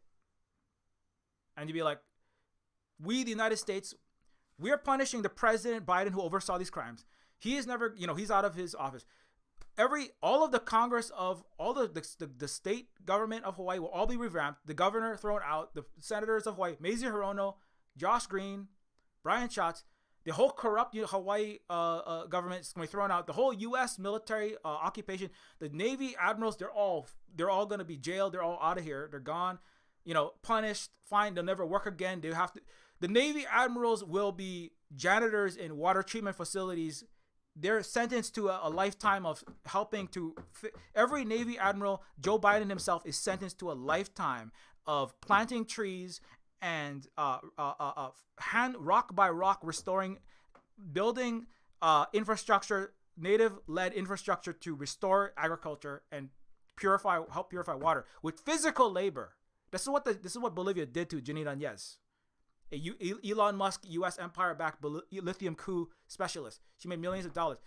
The Bolivian government, because they're a just government, unlike the West, right? Under the MAS socialists, they had Añez get retrained instead of a fascist supporting genocidal war criminal like Netanyahu. She had to get a new training. It was called learning how to sew and do textiles, to do actual physical labor to better the community. So and that's why Bolivia is they have a pretty legitimate country, right? Like there's multiple nations of indigenous people that speak their languages in Bolivia. No one is punished in school for speaking Aymara. Under the current leadership, right? Previously they did under the white European imperialist capitalist leadership backed by U.S. They did punish the children. They killed children in Bolivia, but now everyone is allowed to coexist, and they punish the criminals so they're actual criminals. Until that happens, the United States is not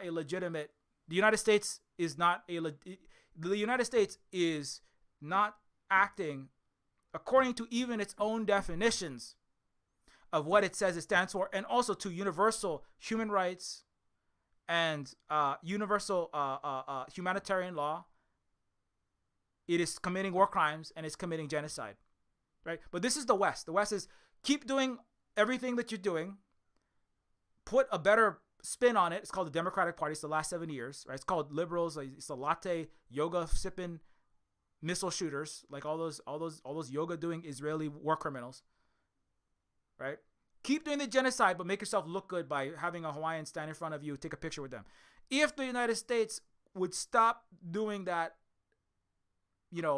as Malcolm X said, fox in the henhouse activity, pretending to be nice while still being horrible. If the West could actually learn to be good, like actually just like don't actually be evil anymore. Can you do that? I mean, that's not easy. It's easier said than done. They're a deeply sick society. The West is just deeply sick society, right? And everyone is expected to look the other way, aid and abet crimes from the bottom to the top, right? Unfortunately, that's when you work in the military, you're gonna have to aid and abet crimes. You work in a corporation, you're gonna aid and abet criminal activity and the theft, the wage theft of the labor, obviously, but also you're gonna be aiding and abetting lots of other crimes, embezzlement, poisoning, backing of the genocide in Palestine. Every Western corporation backs it, basically. So until that happens, we Hawaiians will have to continue to demand the end of the illegal U.S. military occupation, the end of the restoration of indigenous land, right?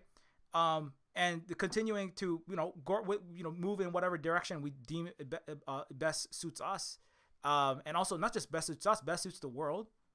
Because Hawaii, the worst thing about Hawaii is that we're used as a platform to commit genocide for over half the planet under the Indo-Pacific Command.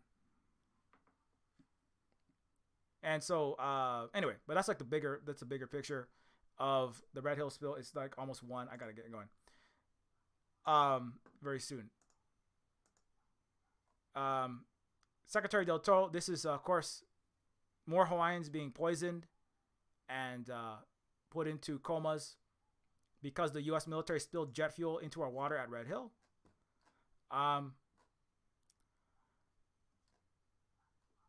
This is, okay, I'm not the only Hawaiian saying this. This is many, many, many, many Hawaiians. The most 95% of Hawaiians voted against the United States illegal, fraudulent annexation with the Ku'e petitions in the 1890s. 95%. The U.S. military fraudulently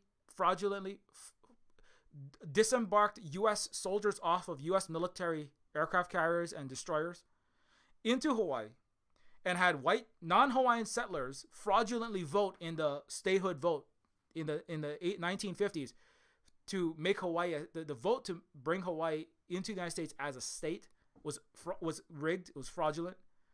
The annexation fraudulent. That's why the UN High Commissioner, actual legal experts, right? In the same way that actual legal experts, Norman Finkelstein, actual scholars on the history of Palestine will tell you everything that Israel's doing, its entire history. Even Scott Ritter, as a white man, ex-U.S. military, very high up on the food chain, right?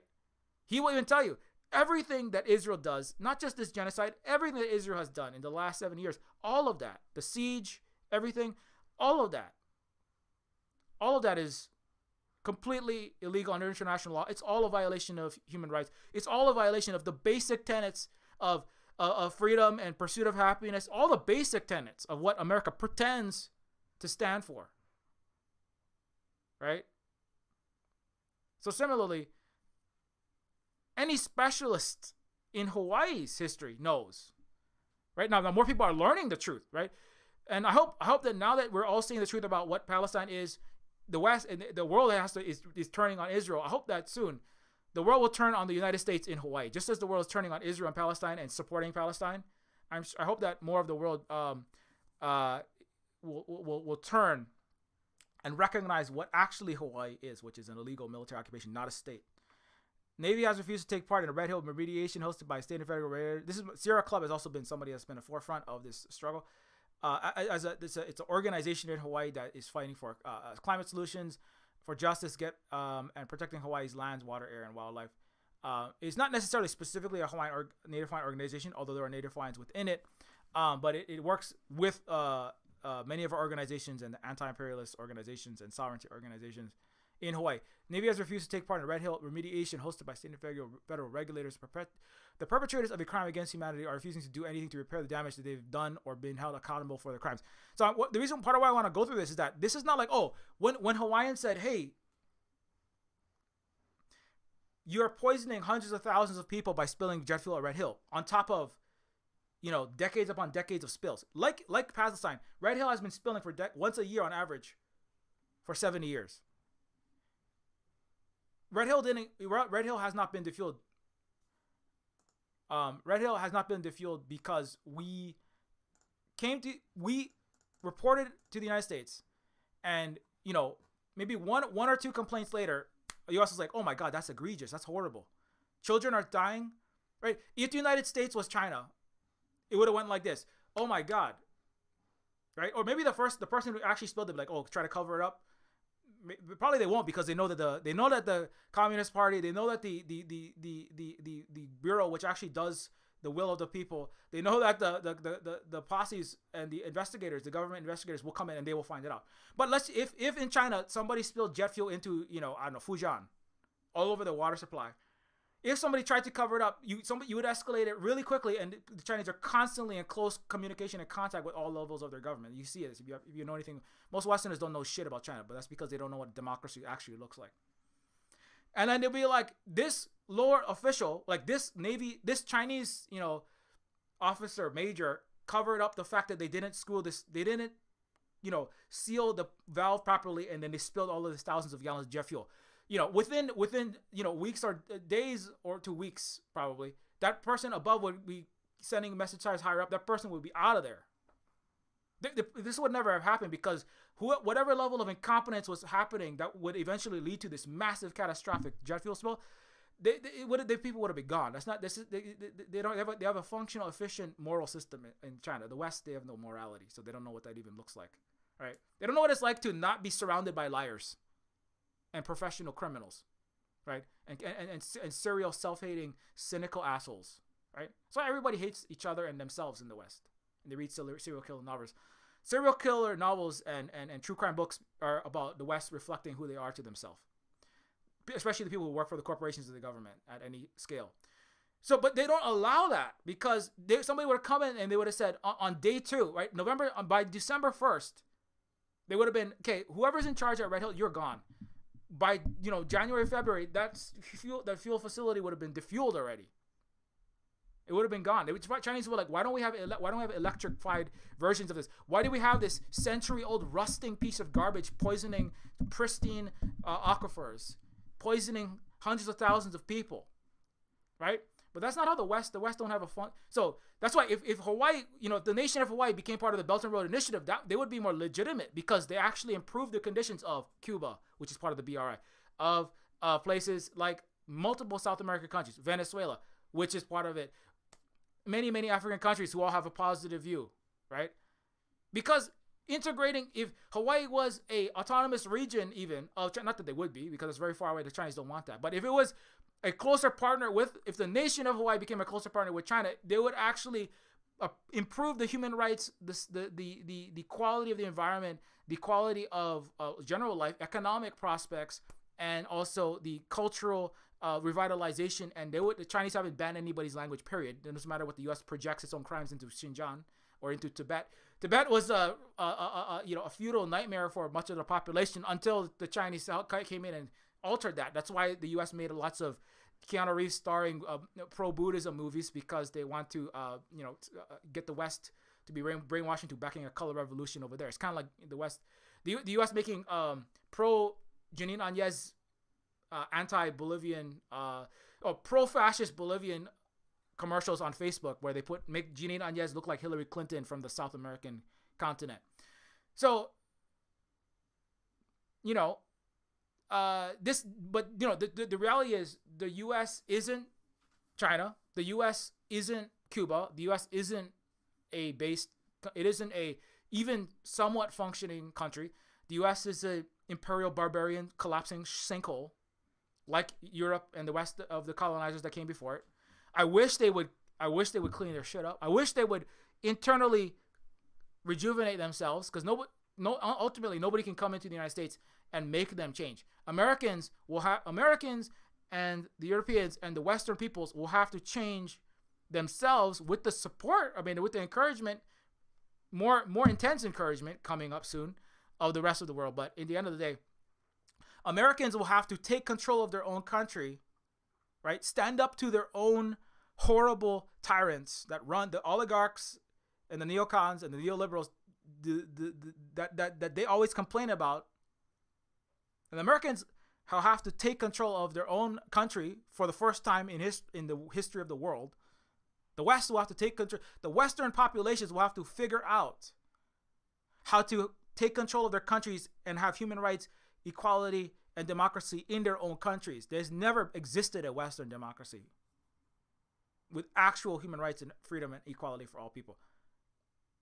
Right? It's always been based upon somebody else being a slave, somebody being a colony, somebody being hurt, somebody being kicked down upon. And all of your corporations, all your governments have never rooted out. The only time that people go to prison is if it's some low-level criminal, there's a car accident. If somebody screws over the white WASP oligarchy or the neocons, like when in the 0809 financial crisis, when Bernie Madoff went to prison, billionaire Bernie Madoff, right? So one time, it's not because Bernie Madoff was plundering billions of dollars from the working class, defrauding people, embezzling, and all kind of other crimes, which obviously these are things that the entire capitalist class does. Bernie Madoff went to prison because he defrauded Bill Gates. He defrauded other billionaires. That's not justice. That's the barbaric mob, right? Knocking off a very irritating. That's like one of the gangsters attacking a gangster who was stealing from the other gangsters, the bigger gangsters. That's not justice, right? But that's what the Western court system, the Western justice system, it's an injustice system. It only exists to settle intra-mob gangster disagreements and to brutalize and punish the masses and build more internal slavery for the 2.5 million people wrongfully, mostly incarcerated, disproportionately black and brown, so they can have Whole Foods chicken meat separators and all of the 2.5 million prison slaves that make 25 cents per hour furniture for the White House and put out California's wildfires for $1 an hour, dying in conflagrations there. So number one, the U.S. should let all the the U.S. should be letting out all of these wrongfully incarcerated minor drug offense for decades sentences, black kids for minor drug offenses or for drugs planted on them by the fraudulent police. The U.S. will have to clean all of that shit up. You know what I'm saying? You got a lot of shit to clean up. You got a lot of corruption to clean up. Now, every country has, to some extent, some amount of corruption, but everything is completely corrupt from the bottom to the top in the West. After that, then we think about maybe possibly, we might talk about possibly working with the so-called United States instead of as one of my indigenous friends calls it, the United Snakes. But anyways, so I already got to go, but long story, I know I keep saying long story short. It's never a short story. But the Navy has had the Navy refused. Okay, if the Navy showed up, but it's not what happened. My longer point was, it has taken years and constant daily pressure. It took just a few weeks of, maybe 2 weeks or less, of protests to get the COVID restrictions in China, which a lot of people say maybe that was not the best thing, but it was what many people wanted. There was illegitimate U.S.-backed color revolutionary type, inauthentic protests during the anti-COVID lockdown, anti-zero COVID China policy protests about a year ago. But the Chinese responded to that. You know what I'm saying?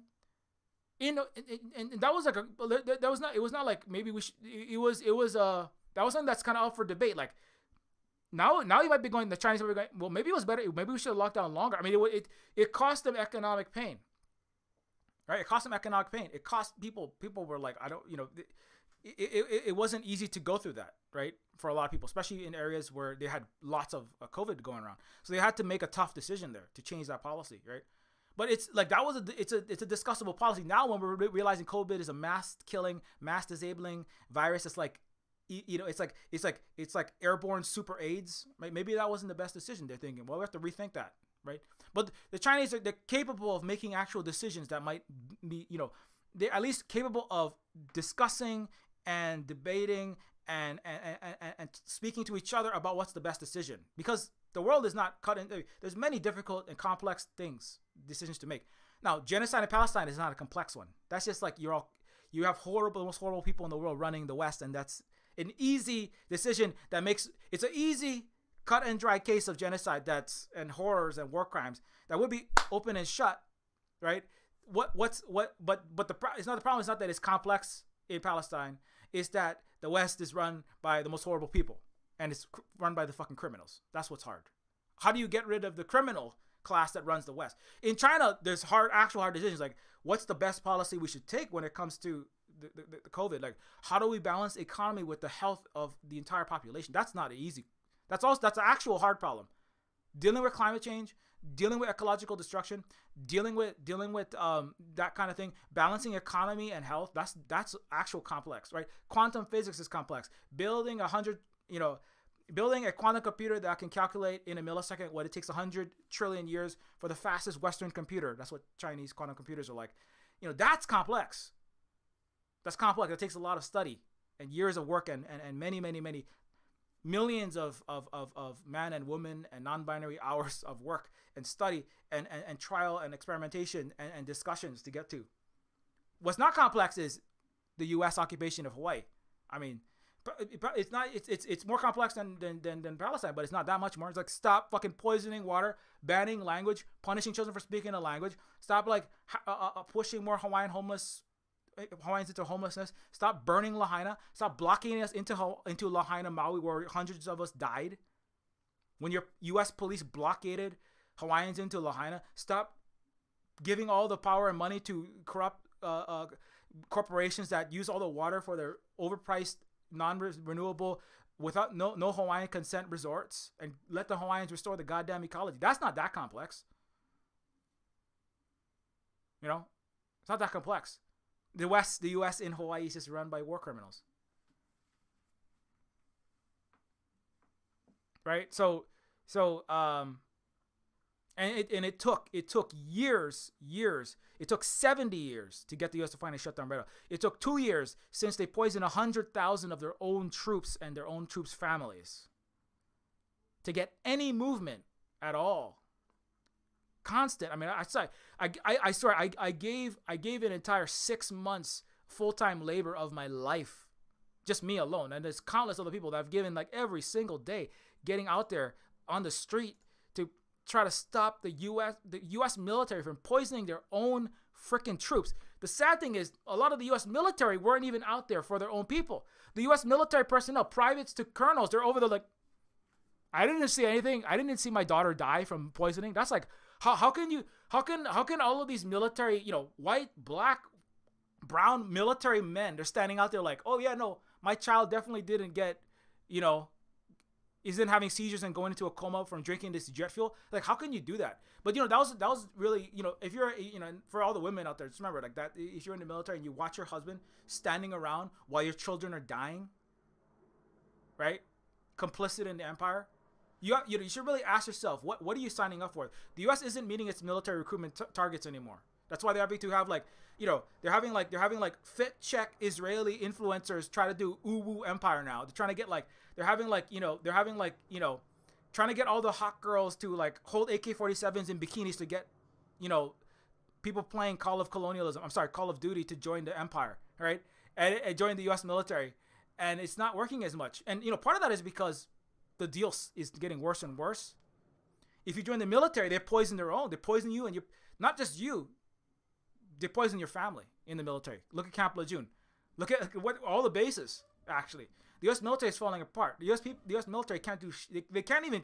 They used to at least like give a pretty good deal. It's still a better deal than Native people, but even the U.S. military deal is dropping. 1/4 of the U.S. military personnel are currently need to rely on food stamps. You thought you might at least get paid some of that. You might get paid some of that Congolese dead child blood money to pull the triggers for the AFRICOM. You know what I'm saying? But the U.S. military, you think you might get paid some dead Palestinian money when you go into Al-Shifa, shoulder to shoulder with Netanyahu's fascists, and blow away some children in the hospital, because that's really brave, when you're a U.S. military soldier and you're just blowing away children, like in Fallujah. You think you might get some 16-year-old dead Fallujah blood money or dead Palestinian blood money, but no. You join the military, you commit war crimes, and then you kill yourself because you hate yourself, because you're a terrible person, and then your family gets poisoned. So you quit the U.S. military. And the U.S. empire is going to die because it can't even take care of that. And that's. I mean, I don't really care about the U.S. military. I care about the children. I hope they don't get poisoned. And the good thing is, as the U.S. military collapses in on itself, and the U.S. is going to be fighting Israel soon. Israel is just saying we're going to fight the U.S. So as the U.S. has to fight its own aircraft carrier, it's just like Israel fighting the U.S. is like Emperor Palpatine's Death Star having to fight Star Destroyers. Israel is like Netanyahu is like flying a Star Destroyer that's going to crash into like Admiral Nita's, turrets. It's like, so when the U.S. balkanizes and the Israel has to fight itself, there's going to be a lot less poisoned children in Hawaii. People are going to stop joining the U.S. military because they'll figure out what it is, right? And I don't care how many, there's not going to be enough hot TikTokers. You're not going to, Nikki Haley's hot TikToks is not going to be enough to get 2 million young people to join your sick, disgusting, dying empire. Anyway. So, let's just end it there. But so, long story short, shutting down Red Hill has been a long fight. It's a continued fight. It's not done. As a native Hawaiian person, like Ola Ikawai, water is life. The water is not. It still has jet fuel in it in the aquifer. There's still much more damage to mitigate. There's much more work to be done. There's much more. It's not just Oahu. There's Maui. There's Big Island. There's military operations on Kauai. There's unexploded munitions all over Kauai. There's we got lots more to do. But Red Hill was a major. It is the Indo-Pacific Command. Hawaii is the heart of U.S. empire by the U.S. own admission. Hawaii is the command center. 50% of the population of the Earth is under the Indo-Pacific Command. China is the number one enemy. Everybody knows this of the United States. It should be a friend, but the U.S. is run by barbarian idiots. So when the U.S. when the U.S. leadership can shake hands with Xi Jinping and not call him a dictator 2 seconds later, like the brain dead embalmed mummy / lich, that is Biden, and while Blinken's over there, oh shit, fuck, if all of Biden's cabinet would be in prison if this Blinken and everyone, Victoria Nuland, they'd all be in prison. Like before they got to the point of committing genocide in Ukraine by backing Nazis in 2014. All of them would have been in prison if this was China. But the U.S. doesn't have that. So, the United States empire that needs Hawaii in order to launch catastrophic proxy war against its number one enemy, that is China, suffered a major blow. When Red Hill was defueled this past week. So we have to celebrate that. It is a testament to the power of mass movements. It is a testament to the Native Hawaiians and our power, what we can do when we all come out in a sustained way, right? Trying to find a wild person. What happened at Red Hill, it is a testament to what we can do when we join as an anti-imperialist formations and fronts, right? And action, environmental action through Sierra Club. That's Kumuhina. That's queer, indigenous, anti-colonial action. Kumuhina leads a lot of that, and many other people, not only Kumuhina. I just recognize one face. With the anarchist nerd moke, Kaleko Ka'eo, like direct. He's a professor, also constantly getting himself arrested on the front line of anti-colonial, anti-capitalist action. Kaleko Ka'eo,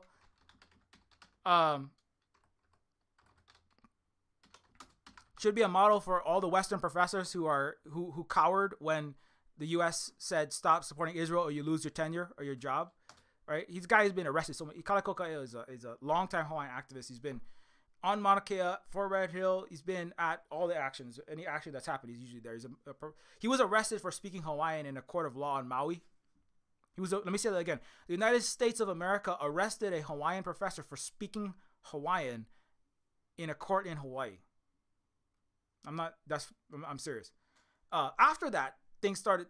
They didn't do that again because it really looked really bad. When there's a headline that says Hawaiian arrested for speaking Hawaiian, it looks really bad.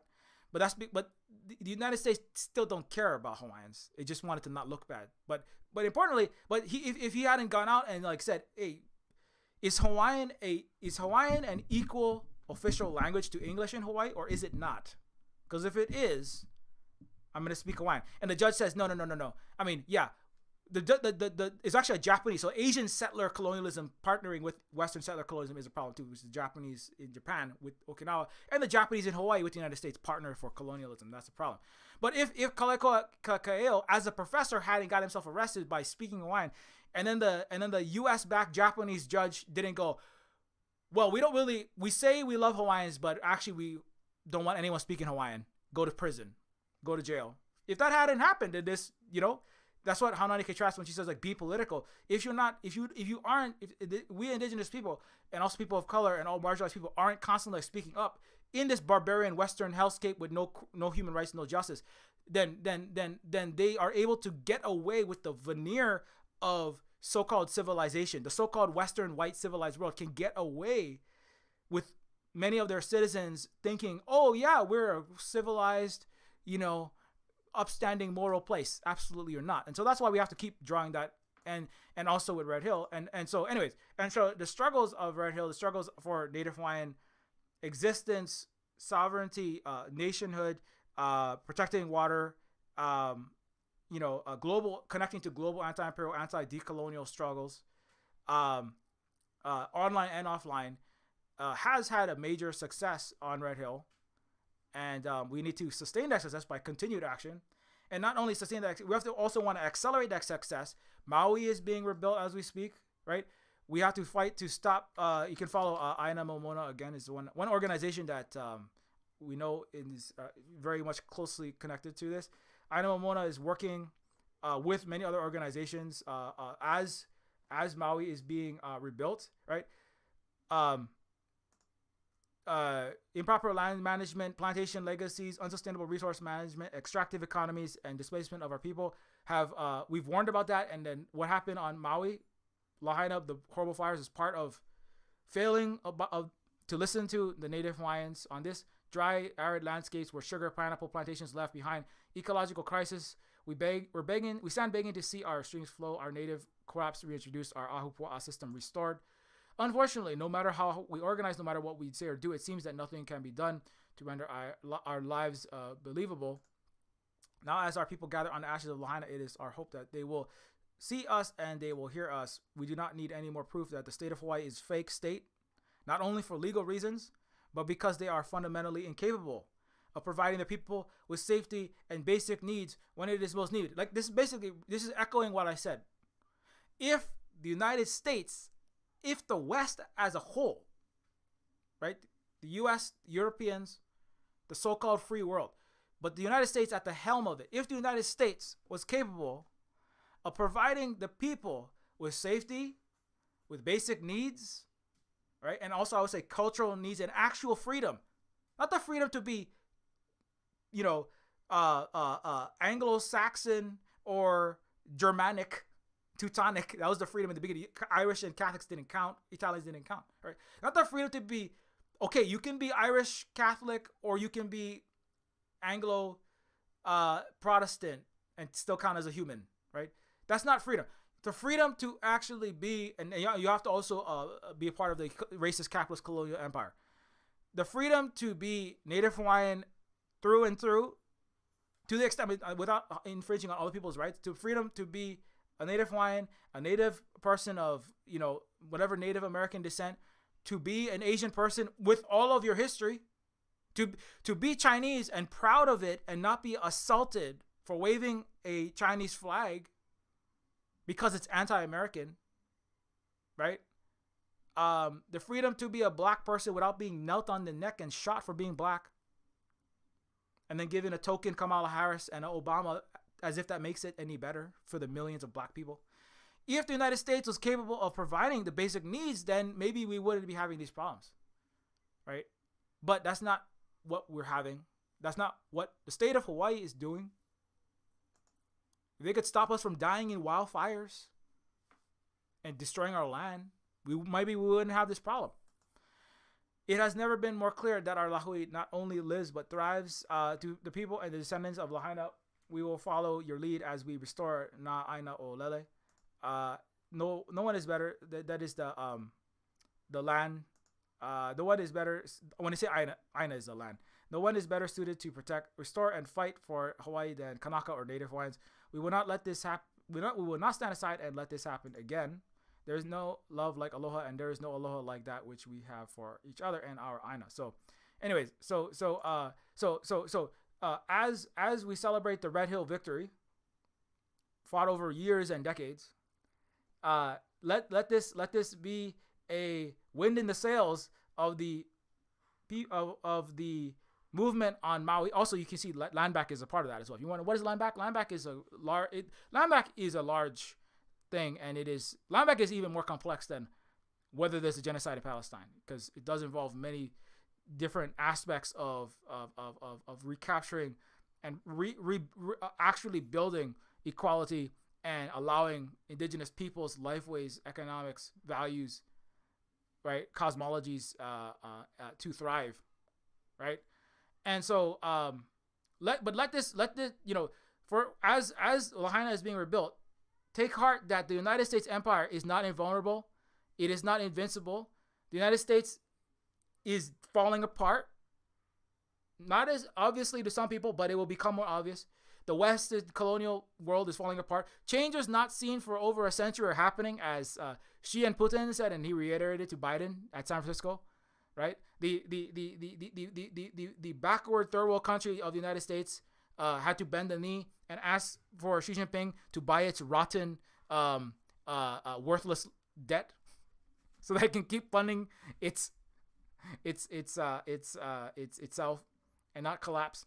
So take heart that the U.S. and the West and the colonial capitalist world is collapsing. Indigenous people are strengthening. The multipolar world is strengthening. The socialists and the anti-capitalist forces of a variety of types are strengthening. A pluricultural world that actually respects different peoples, not just white Christians and the white Jewish people who happen to be Zionists, specifically Zionist Jews, not the other Jews, only the Zionist white supremacist Jews. And as that world takes shape, the victories are going to come faster, but we still have to fight because they're not going to go they are not going to go quietly. The forces of imperialism, these forces of racism, the forces of capitalism, the forces of settler colonialism is not going to just Maui Power and Water, the paid off governors, the corporate heads, the banks behind them, they're not just going to like give up. It has to be fought, but we are having victories and we will continue to have victories. And when it happened, our friend Mexi and Positive Left, I almost said Left Fish. Positive Leftist News, which is a channel that Mexi helps host, will probably be reporting on them, or I mean, definitely be reporting on many of these. I'm just shouting this out because this was like I actually said, we can add this to Positive Leftist News for the next show. Anyways, we gotta go. It's 10:30, 1:30. Anyways, until next time, keep sorry, I gotta shout all my stuff. I'll shout all my stuff out, but I'm like, I just get too into whatever I'm talking about, and then I forget what time it is and what I'm supposed to be doing. So yeah, so that's that. There's way more to say. I know I've missed so much. Many other people were involved in this than I have time to give all of them shout outs. This is just like a little retrospective of the last 2 years. It's a victory lap. I take a drink, I take a swig in celebration. I don't have any party streamers. I don't have a champagne bottle. I don't have like an entire party. I don't want to have one because like all these really smart and caring people, they're all masked, and I don't want to have a giant COVID mega spreader event. But we should celebrate to some extent the success of at least the defueling of 100 million gallons of 100 million gallons of Imperial Star Destroyer fuel, of TIE Fighter juice, of Death Star energy, and that is a huge amount. 100 million gallons of jet fuel. That's a lot. And also, it's a massive black eye and a stab in the heart of U.S.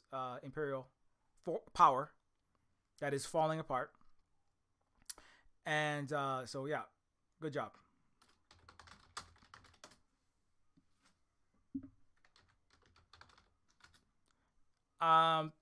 You can support us if you appreciate this education that we tried to do. Consider supporting us by becoming a Patreon member at Silverspook at patreon.com/Neofeud. You get us access to behind the scenes of what we're working on at Silverspook Games, as well as and also including land back and education. I'm gonna try to make a video about what we're doing to try to make sure that the Aina, or the land here where we live in Hawaii on the Big Island, is being regenerated and malama or cared for. And sometimes I make some posts about that. I also make cyberpunk adventure games, but I'm gonna try to make some more about what's happening here as well. Like here's some of the latest pictures. So when you subscribe, so this is like, so we don't want any more burning wildfires. We're trying to stop all of that. We're trying to stop.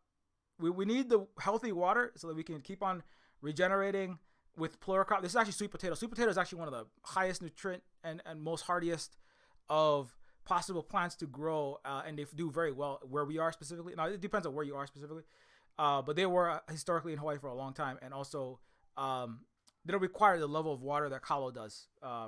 And then, but even though kalo is one of our main staples, we also have sugarcane and olena or turmeric, which is olena is the Hawaiian name for that. Tapioca plants and Hawaiian chili peppers and many other things that we have growing. And so when you become a Patreon member, you also support the continued land back physically at the Silverspook Cooperative in U.S. occupied Hawaii as well. You help us out with you get access to the Silverspook Discord, and also get access to the Silverspook University. That's over 1,000 hours of all the content I have ever produced. categorized according to topic. I'm gonna try to go like maybe later on, like in a while when I'm done with Neofeud 2, and like add some more to the universe. I have so much though. I know I have so much, so we'll see. We'll see what we get. But anyways, you can also support us too through Ko-Fi at ko-fi.com/silverspook, where you can give us a one-time donation, and every amount goes a long way. Consider, was this stream worth $3 or $6 or whatever it's worth to you, whatever you can afford to give. We massively appreciate it because it just helps us keep the lights on and keep the roof above our head, keep the bills paid. We don't make in very much money at all, so we can really use all of it. We're like under the poverty level. We have like 4 people in this household, so they don't pay big. Corporation not gonna pay us big money. No school or no university or school in the West is gonna pay us money to teach what we teach here. So we gotta do it guerrilla education style. We gotta do it independent education style, because that's what we gotta do. And we do need support to keep doing that. You can also support us if you like video games. You can also support us by picking up Neofeud. If you like cyberpunk games, adventure games, science fiction, cyberpunk, adventure games, anti-capitalist, anti-imperialist, anti-racist cyberpunk adventure games, Neofeud is a game that is all of those things, and it is also a game that is on Steam, and you can give us support also by leaving a very short review if you had a chance to play it and you liked it. And also, you can get it on itch.io for Windows and for Mac and for Linux. It is over here. And it's also a game that is on sale there if you don't have a lot of money. You can also get Decolonators, where, speaking of, sometimes land back looks like militarily kicking out an illegal genocidal colonial occupation out of your country, like the Vietnamese successfully did. Decolonators is a game made by myself and our Vietnamese communist anti-imperialist Luna Oi comrade, who voiced the main character and also helped with research about what Vietnam looks like. So that when I did the art and the programming and the writing, all it's a comedy game, but it's based on the actual events of the Vietnam War, and you fight the United States directly. And if you would like to play that game, you can get it on itch.io. You can also get Indigistar for Windows and for Mac and for Linux, and it's a game that's about it's a science fictional game. Again, is about stopping an empire from eradicating and plundering, healing your land and people, preventing erasure of your native language and culture, confronting invaders, stopping the water from being poisoned by an empire's jet fuel. Is one of the puzzles to solve in the game. Is what do you do about a massive imperial occupation spilling petroleum into your water for your indigenous agriculture? That's one of them. So this is directly inspired by events in Hawaii. Pigeon with Gun is a game where you play a pigeon with a gun fighting giant robot gajillionaires. And Woman is a book by Holly about being raised in right-wing evangelical Protestant Christianity. And it is a story that is Mary's perspective in the Bible about critiquing the right-wing evangelical Protestant Christianity. And this is free, or you can throw some money our way when you pick it up. You can also follow at Silverspook Games, at Octodon.social, at Silverspook Games, at Mastodon.social, and on Twitter at Silverspook Guy, and on Twitter at Silverspook Games as well. And also you can follow Silverspook Games for the games related stuff. Terminus C is another cyberpunk RPG that I'm the content director and lead writer of, and you can learn more about that game when you follow that account. And also you can follow Holly at the Tech Fairy. Holly is wife and partner with myself, producer and manager with Kate Nix TV, a Twitch stream music and variety show. Holly's also parent, caregiver, educator, writer here at the Silverspook Cooperative, and wearing masks, as I also do, not when I'm streaming, but especially anytime we're outside this household, that's for sure. Consider also I should consider thanking all of the Patreon patrons for your continued support. Without your support, it does become very difficult for us to keep doing this work. So thanks to everybody who can afford to support us. I know it's Christmas time. Everybody's spending money on Christmas presents. Give the gift of patronage. Gift your friends. Get your friends Neofeud. Get your friends You have a friend that's like, hey, this guy is like really into these fighting games, but like, their politics is really cringy. Get them Decolonators, and then they can like learn some anti-imperialist, anti-capitalist history, I don't know what, it's like, I don't know anything about Asia. All I know is it's authoritarian hellscape and it's all crap over there. Get them decolonizers, but also thank you, patrons. It is massively appreciated. And anyways, good to see everybody. Holly, a big deal, and Grant, and everyone else who has showed up. Until next time, keep your marriages polished, be excellent to each other. Kukia Aina.